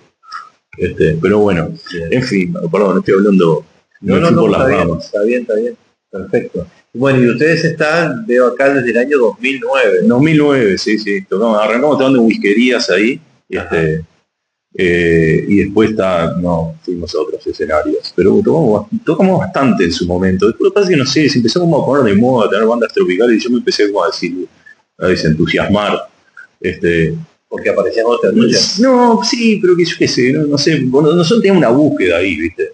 Y era una búsqueda también conceptual que venía con lo primero, ¿viste? Con el primer, con el Almohadones y con el Santo Azar, otro disco que sacamos del Santo, todos de sello Ayuí, ¿no? ¿Viste? Que eran músicas, si querés, más raras, ¿viste? Entonces esto era contrapuesto, eran versiones tropicales, eso porque tenía que ver con el tambor y con... Yo me crié allá abajo, o sea, tocando allá abajo. Y la plena, no la cumbia, la plena, que es de Puerto Rico, pero lo que se toca acá, que viene allá abajo, Ramón López, el que toca el timbal, es de los creadores de la plena danza, tocan candombe en realidad, lo que están tocando, ¿no? En realidad lo que están tocando es, tambor, no candombe, ¿no? Como corrigen bien allá abajo. Entonces, eso tenía sentido, ¿viste? Tenía un sentido artístico para mí, ¿viste? Después como que, no sé, no le vi mucho sentido decir, pero ahora este disco de Sales sí, que va para muchos más lados, ¿viste?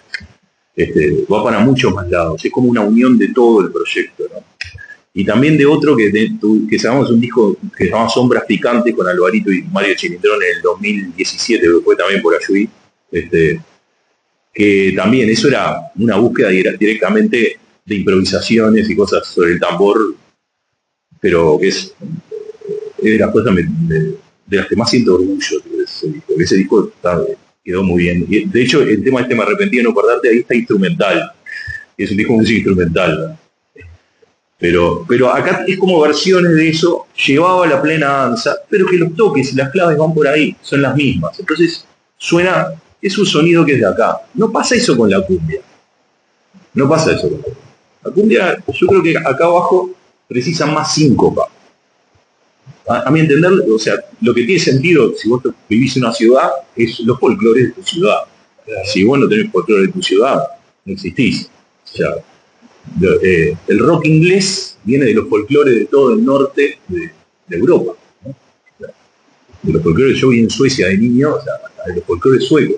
Entonces, cuando los Beatles son Beatles y no copiaban bandas de Motown, del sello Motown Yankee, era porque se encontraron con ingleses. ¿Me explico? Es esa cosa cuadrada, que yo siempre pongo un ejemplo del tema de los Clash, London Calling, cuando dice London Calling, we ain't got no swing. No tenemos swing como opción estética. ¿Entendés? Eso es la manera en que se toca, no es swing, es todo timbre, parejo. ¿Me explico? Y eso es la parte de los Beatles. O sea, eso lo puede tocar Ringo Starr. Claro. Un uruguayo tiene demasiado swing para tocar eso. No puede tocar eso. Acá es otra, ¿viste? Entonces está. Bueno, me digo ahí de nuevo, perdón. No, está bien, está bien. ¿Y cómo se manejaron? Ya hace casi 20 años que están, ¿no? Sí, fue bastante interrumpido. Este disco demoró, hay gente que me viene diciendo hace años, cuando hay otro disco, La Subtropical, y yo estaba, digamos, distraído en otro proyecto también como productor y eso, y trabajé mucho estos años. Y se fueron adaptando. Y fuimos grabando y ahora volvemos a la cancha, digamos. Y ahora es todo plataforma. Sí, estamos sacando con un sello, pero igual tiene sentido sacar un sello, ¿no? Al menos el sello que sacamos nosotros está trabajando bien, o sea, realmente están trabajando, por ejemplo, y entonces está bueno, o sea. Pero a ver, la pregunta apunta un poco, ¿sufrieron un poco la dinámica o el cambio? Todo, no cobrás un mango, porque querés ir a las cosas claras, no cobrás plata. Yo con el Almohadones cobraba algo de plata por el sello, porque se vendían discos. Exacto. Con la Subtropical, o sea, algo cobré, algo, aunque fuera poco. Ahora, nada. De hecho, mira, como productor tengo algún tema que tiene, o sea, no importa con quién, pero hasta coautoría que tiene, que es un poco hit en Argentina, no sé qué cosa, no cobré nada, nunca. ¿Y por qué? Porque no genera agado. No genera. Perdiste o sea, seguís generando agado de las radios y de lo mismo de siempre, pero en realidad todo el mundo escucha en internet, es bastante cínico, ¿viste? Nadie escucha los temas en la radio ahora, ni nada. O sea, de los conciertos, digamos, del porcentaje de los conciertos, y de agado. Pero agado las radios y la tele pagan, pero internet no. O sea, toda esa plata se la lleva Google, si querés hablar pronto y claro. Sí. Es bastante siniestro lo que ocurre. es bastante siniestro. Además siempre están poniendo excusas, ¿viste? Y el trasfondo de eso es que se quedan con toda la plata del planeta, loco, porque ya no es los artistas, tampoco se van quedando con toda la plata del planeta, ¿viste? Es bien interesante, y todos estamos callados ante eso, ¿viste? Donde decimos es así, no es una mega monarquía, ¿viste? De hecho, ¿viste? Y que se queda con todo nuestro dinero. Sí, porque tampoco tenés alternativa, ¿no? No tenés alternativa, está muy bien hecho, vos. Son unos cracks como hicieron las cosas, vos. Hicieron muy bien las cosas y a mí me parece que en el mundo del arte se viene planteando hace mucho tiempo esto y no se escucha. Al menos en la música, al menos ciertos actores de la música. Por ejemplo, Corium, que hoy le hablaba. Corium Aroñán. Mirá, Corium, ¿cuándo fue que murió? 2018 creo que fue. Bueno, sus libros, reléanlos hoy. ¿Tá? Le fue tirado de conspiranoico, que no sé qué. Bueno, reléelo hoy y va a ser el valor que tiene la palabra esa. Y hubieron varios, Hubo varios tipos que hablaron bien dentro del mundo de la música del siglo XX y se los desoyó, pero tenazmente. Era como visionario. Pero no es que eran visionarios, se daban cuenta de qué pasaba, vos. Se daban cuenta realmente qué pasaba. Es muy siniestro lo que... O sea, esto no fue de un día para el otro. Ahí no fue un día para el otro. Fue un proceso. Fue un proceso que era muy claro. Yo me daba cuenta, yo toco de muy chico como guitarrista, yo que sé, los 16, 7 años. Arranqué de Hot Club, digamos, tocando jazz. En el 94, 95. Y ahí te juro que ya veías para dónde iba la mano, ¿viste? Ya se veía para dónde iba la mano. Pero bueno, está. Son las reglas del juego, ¿viste? Hay que adaptarse. O sea, tenés que ver, sí, adaptarse no sé qué es bien. Creo que nadie sabe qué es adaptarse, ¿viste? Por ejemplo, por ejemplo, algo tan básico como difundir un espectáculo. Sí. Antes, yo qué sé, yo me acuerdo cuando en la presentación de Almohadones teníamos una Zabala Muniz, hacía X cantidad de notas, acá, ya está, igual la gente ya se enteraba. El que le gustaba, se enteraba, ¿no? O no iba. ¿No? Sí. Entonces, ahora es un misterio. O sea, yo ahora, de hecho, hace años que no hacía notas, y ahora me da mucha curiosidad realmente qué pasa, o sea, cuánta gente, digamos, va a enterarse de esto en este proceso, ¿viste? Es como que tenés mil blancos, o sea, de ruido, de mil cosas. Estoy diciendo algo que se habla todo el tiempo y se sabe. Estoy diciendo redundante, pero viene un poco también a la pregunta de lo de las plataformas. O sea, si es muy fácil, por ejemplo, yo hago una cosa que no tiene nada de trabajo y la subo, pack. No tengo que hacer el esfuerzo, hacer un disco, de romperme la cabeza, ¿viste? Hago algo en mi casa más o menos y lo subo. Lo puedo subir, cualquiera lo puede subir. ¿Ves? Y yo creo que hay que ser muy ético con la edición de un material. Grabar todo lo que quieras, pero editar tiene que merecer ser editado. O sea, tiene que proponer algo que no estaba, una sonoridad, una idea, un swing, algo, ¿entendés? Si no, ¿para qué editas? ¿Viste? Yo qué sé, no sé, al menos yo pienso así, pero está. Todo eso es la respuesta un poco a eso, no sé si te respondí, pero... No, está claro, sí. Y lo otro es, bueno, ahora van a estar en la sociedad urbana Villa Dolores, y hay más lugares, tú ves que han crecido. Nosotros vamos a tocar prácticamente, vamos a tratar de hacer un toque por mesa ahí, en donde estoy quemando un poco de lo que... Pero todavía no sabemos bien, pero lo que sí va a ser siempre un espectáculo diferente cada mes, porque cada mes se agregan 2 temas. Ah, está bien. O sea, fíjate en el repertorio tenemos nosotros, de todos estos años, tenemos, no sé, 64 temas grabados, una cosa así. Entonces, hay temas para tirar, y ahora es un disco doble, contando ese disco doble. Entonces, vamos a ir como sumando 2 temas por mes. Sí, todos los espectáculos, o sea, la gente va a tener que pagar una entrada todos los meses. Está bien. Para ver todos los temas. Sí, y en cuanto a boliches y eso, ¿son accesibles? Yo no sé, porque la verdad que estos años estuve tocando en otras cosas. Te lo decía, por ejemplo, no sé, estuve tocando como guitarrista dual o cosas, ¿viste? No sé, como guitarrista y siendo productor de cosas. Entonces no estoy teniendo mucho contacto. Lo que sí me extrañó es las horas a las que se toca, ¿viste? La Subtropical, los toques antes, a la 1 de la mañana no había nadie en el boliche y a las 2 no entraba un alfiler. Me dicen, no, pero ahora se toca a las 10 de la noche. A las 10 de la noche no va nadie, le digo, al trío, al de ahí. Y dice, no, digo, ahora se toca a esa hora. Va cambiando la dinámica. Antes era, viste. Y bueno, tocábamos en whiskería, teníamos un toque a las 2 de la mañana y después otro a las 5, viste, cosas así. Era muy divertido, pero era otro Montevideo, ya no existe.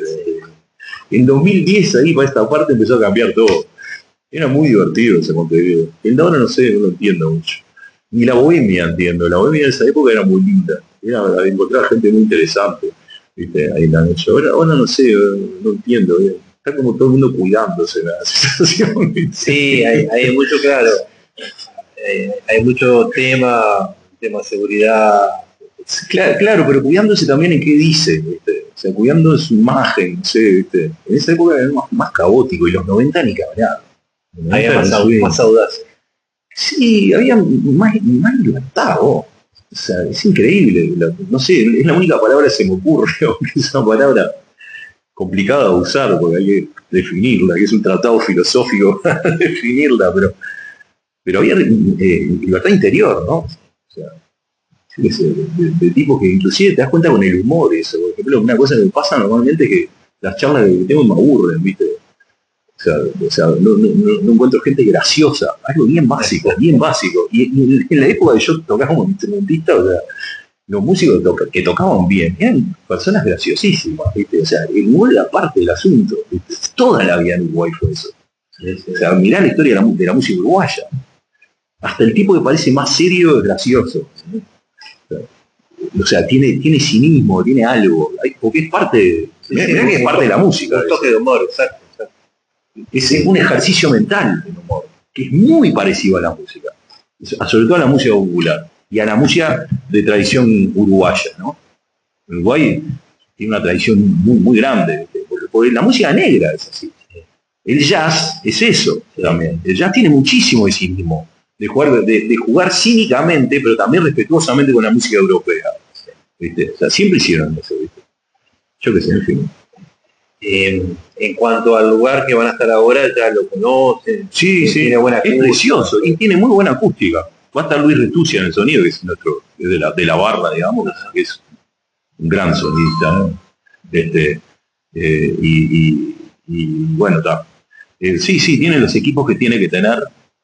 Hoy hablábamos con él, con Jorge, que de la cuestión de los años 60. La otra vez vi una entrevista a Paul McCartney que decía que ellos, hablando de Hendrix era, que ellos iban a espectáculos, pero no iban con muchas esperanzas, sino más una salida, porque hacer un espectáculo de rock and roll, de precisar amplificación en esa época, y que sonara bien en vivo, era muy difícil. Ellos eran más bien de escuchar discos. O sea, lo que buscaban era hacer un disco y lo que escuchaban eran discos.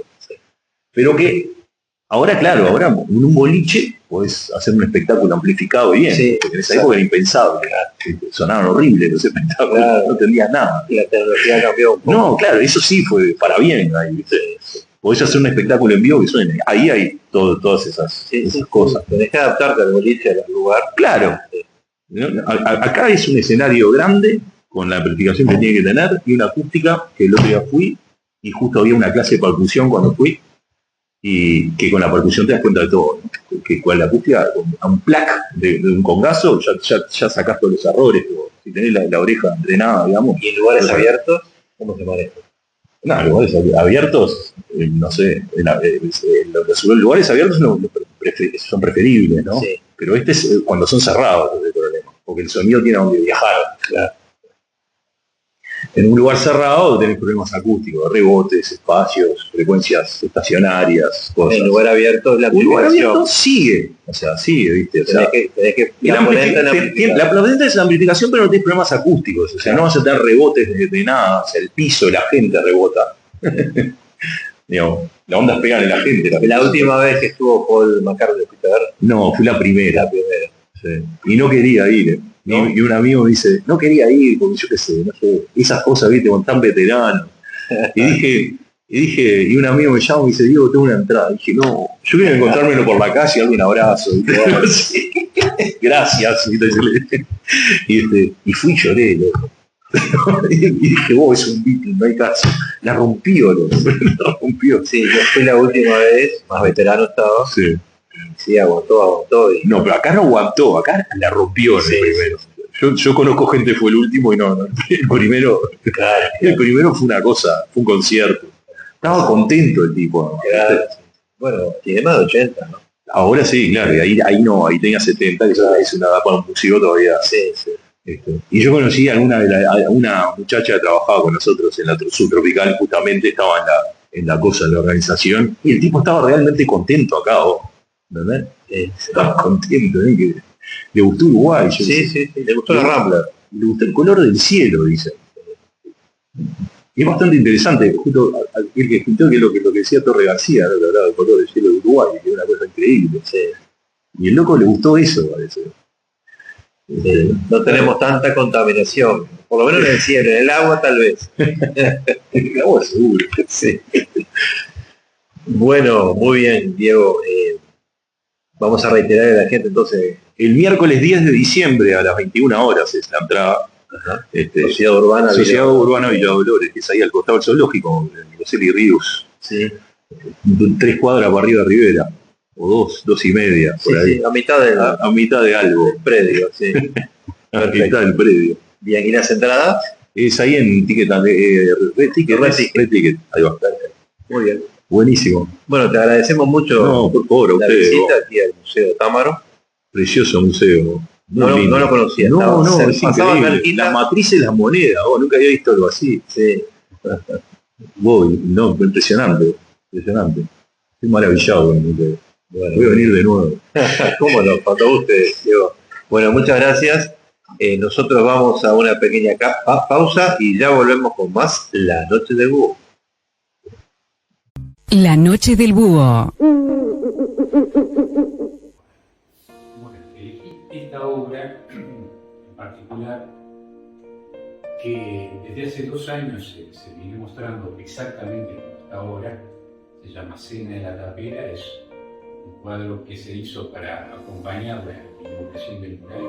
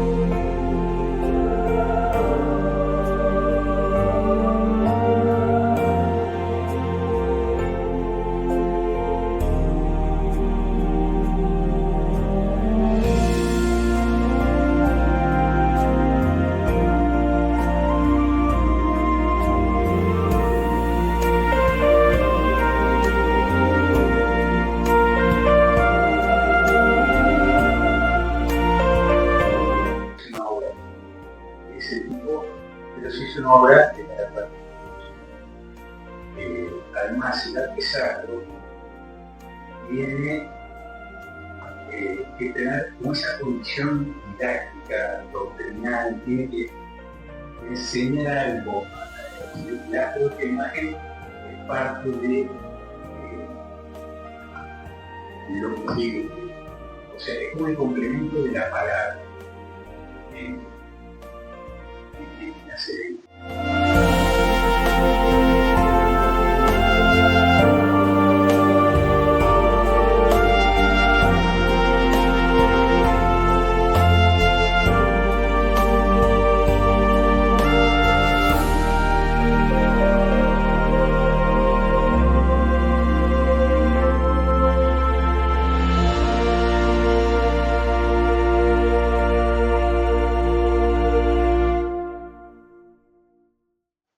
Generar esa transición mucho más natural entre la luz y la sombra, es como debería haber estado en un principio, pero lo que pasa con las pinturas es que muchas veces los artistas las dejan como madurar, las dejan como en espera, hasta que el artista siente que su espíritu está más preparado para animarse a dar algunas pinceladas. Y esto es lo que me pasó a mí con esto en este caso. Uno tiene que estar como más seguro de que esto que está haciendo es realmente lo que se debe hacer sin miedo a equivocarse, a afinar un cuadro. A veces una pincelada es suficiente para un cuadro.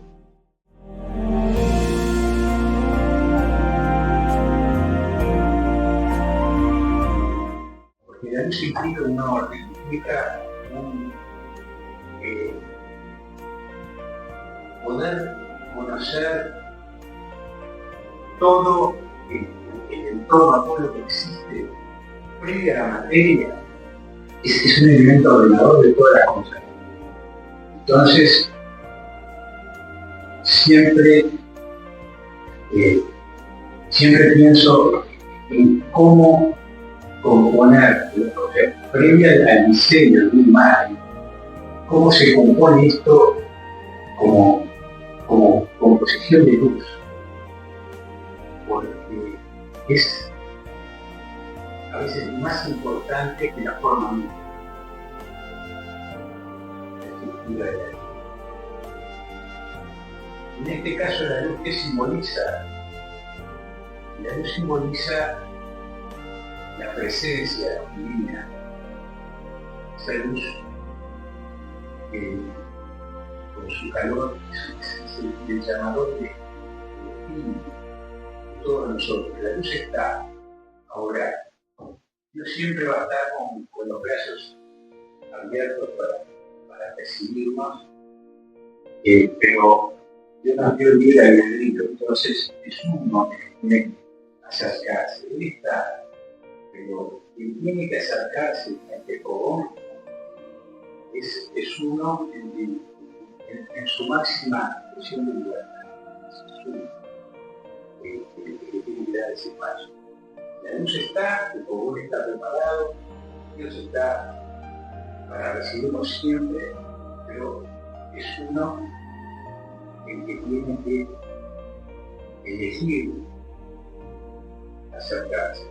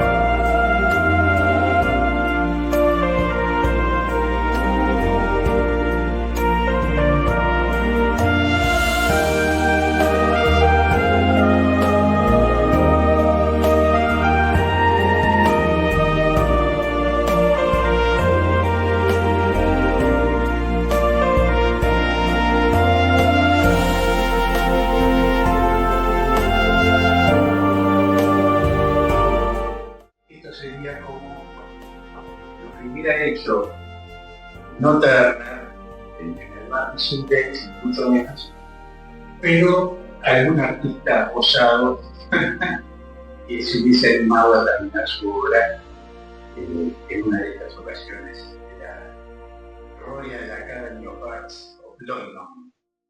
Así que bueno, muchas gracias por la paciencia que les presento a la escena de la tapela terminada. Gracias.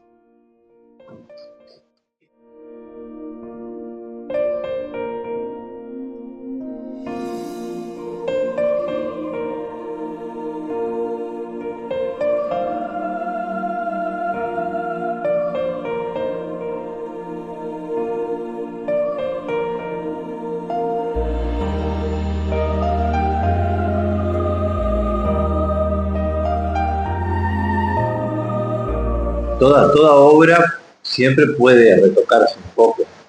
Bueno, depende de las técnicas, ¿no? Por ejemplo, aquí atrás mío hay un par de acuarelas que por sus características, es mucho más difícil el retorno. Una vez que ciertas capas quedan expresadas, prácticamente no se puede volver atrás. Es una de las cualidades de la acuarela, es como lo que está hecho queda. A veces está bien, y cuando no está bien, a veces hay que empezar de nuevo. No hay opciones. Ahora hay técnicas mucho más opacas, como el óleo o el acrílico, que son todas las demás obras que están aquí, que por ser opacas se puede trabajar una vez y otra, una arriba de la otra, infinidad de veces, que uno ni se entera, porque la pintura soporta la superposición. En el caso de la acuarela, no tanto. Y no es lo mismo pintar sobre tela que sobre cartulina. Bueno, siempre el soporte juega un papel en la obra. Hay artistas que se juegan mucho a lo que aporta el soporte en la expresividad final. Por ejemplo, hemos tenido artistas nosotros, se me ocurre Arzab, Cunio, artistas enormes que han pasado por acá, donde han trabajado, por ejemplo, sobre bolsas de artillera, bueno, y donde esa rusticidad, ese soporte que tiene como una vida propia, aparece en el resultado final y es un protagonista más, ¿no? En otras ocasiones, todo lo contrario, el soporte desaparece y es la pintura que juega sola. Pero es muy interesante cuando desde el fondo de la imagen, desde ese soporte, desde madera, papel, artillera o lo que sea, la tela, va acompañando todo el proceso y queda hasta el final. Es un elemento que en la mayoría de los casos enriquece mucho la obra, porque se puede ver todas esas capas de la primera hasta antes, hasta la propia tela. Entonces, bueno, son elementos que enriquecen siempre. Muy bien. Bueno, te agradecemos mucho, Jorge, por, digamos, revelar estos secretos. No, yo quiero agradecerles a ustedes por la oportunidad de poder generar esa instancia de poder sellar el camino de una obra que siempre es difícil dar un punto final, pero es una obra que además es muy significativa para mí. O sea, es una obra con ciertos contenidos que la hacen muy especial. Sí, porque recrea la última cena, pero también va a las tradiciones nuestras.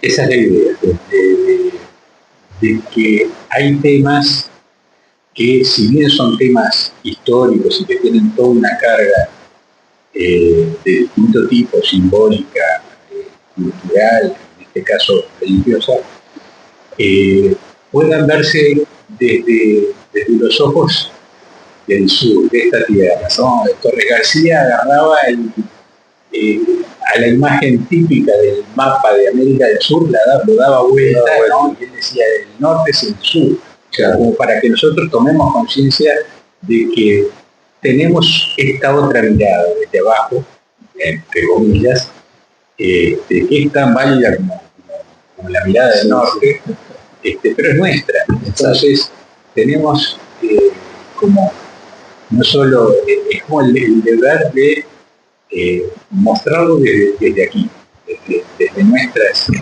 realidades y condiciones. Bueno, Jorge, muchas gracias. Y bueno, ya te veremos en acción, quizás en otra. Seguiremos mostrando más arte. Muy bien. Gracias. Muchas gracias a todos ustedes por estar. Gracias, Jorge, como siempre. Le agradecemos a Lionel Bettinelli por su gentileza. A todos ustedes, muchas gracias por seguirnos y acompañarnos. Nos encontramos la próxima semana y el sábado en la Noche del Búho de 970 Universal.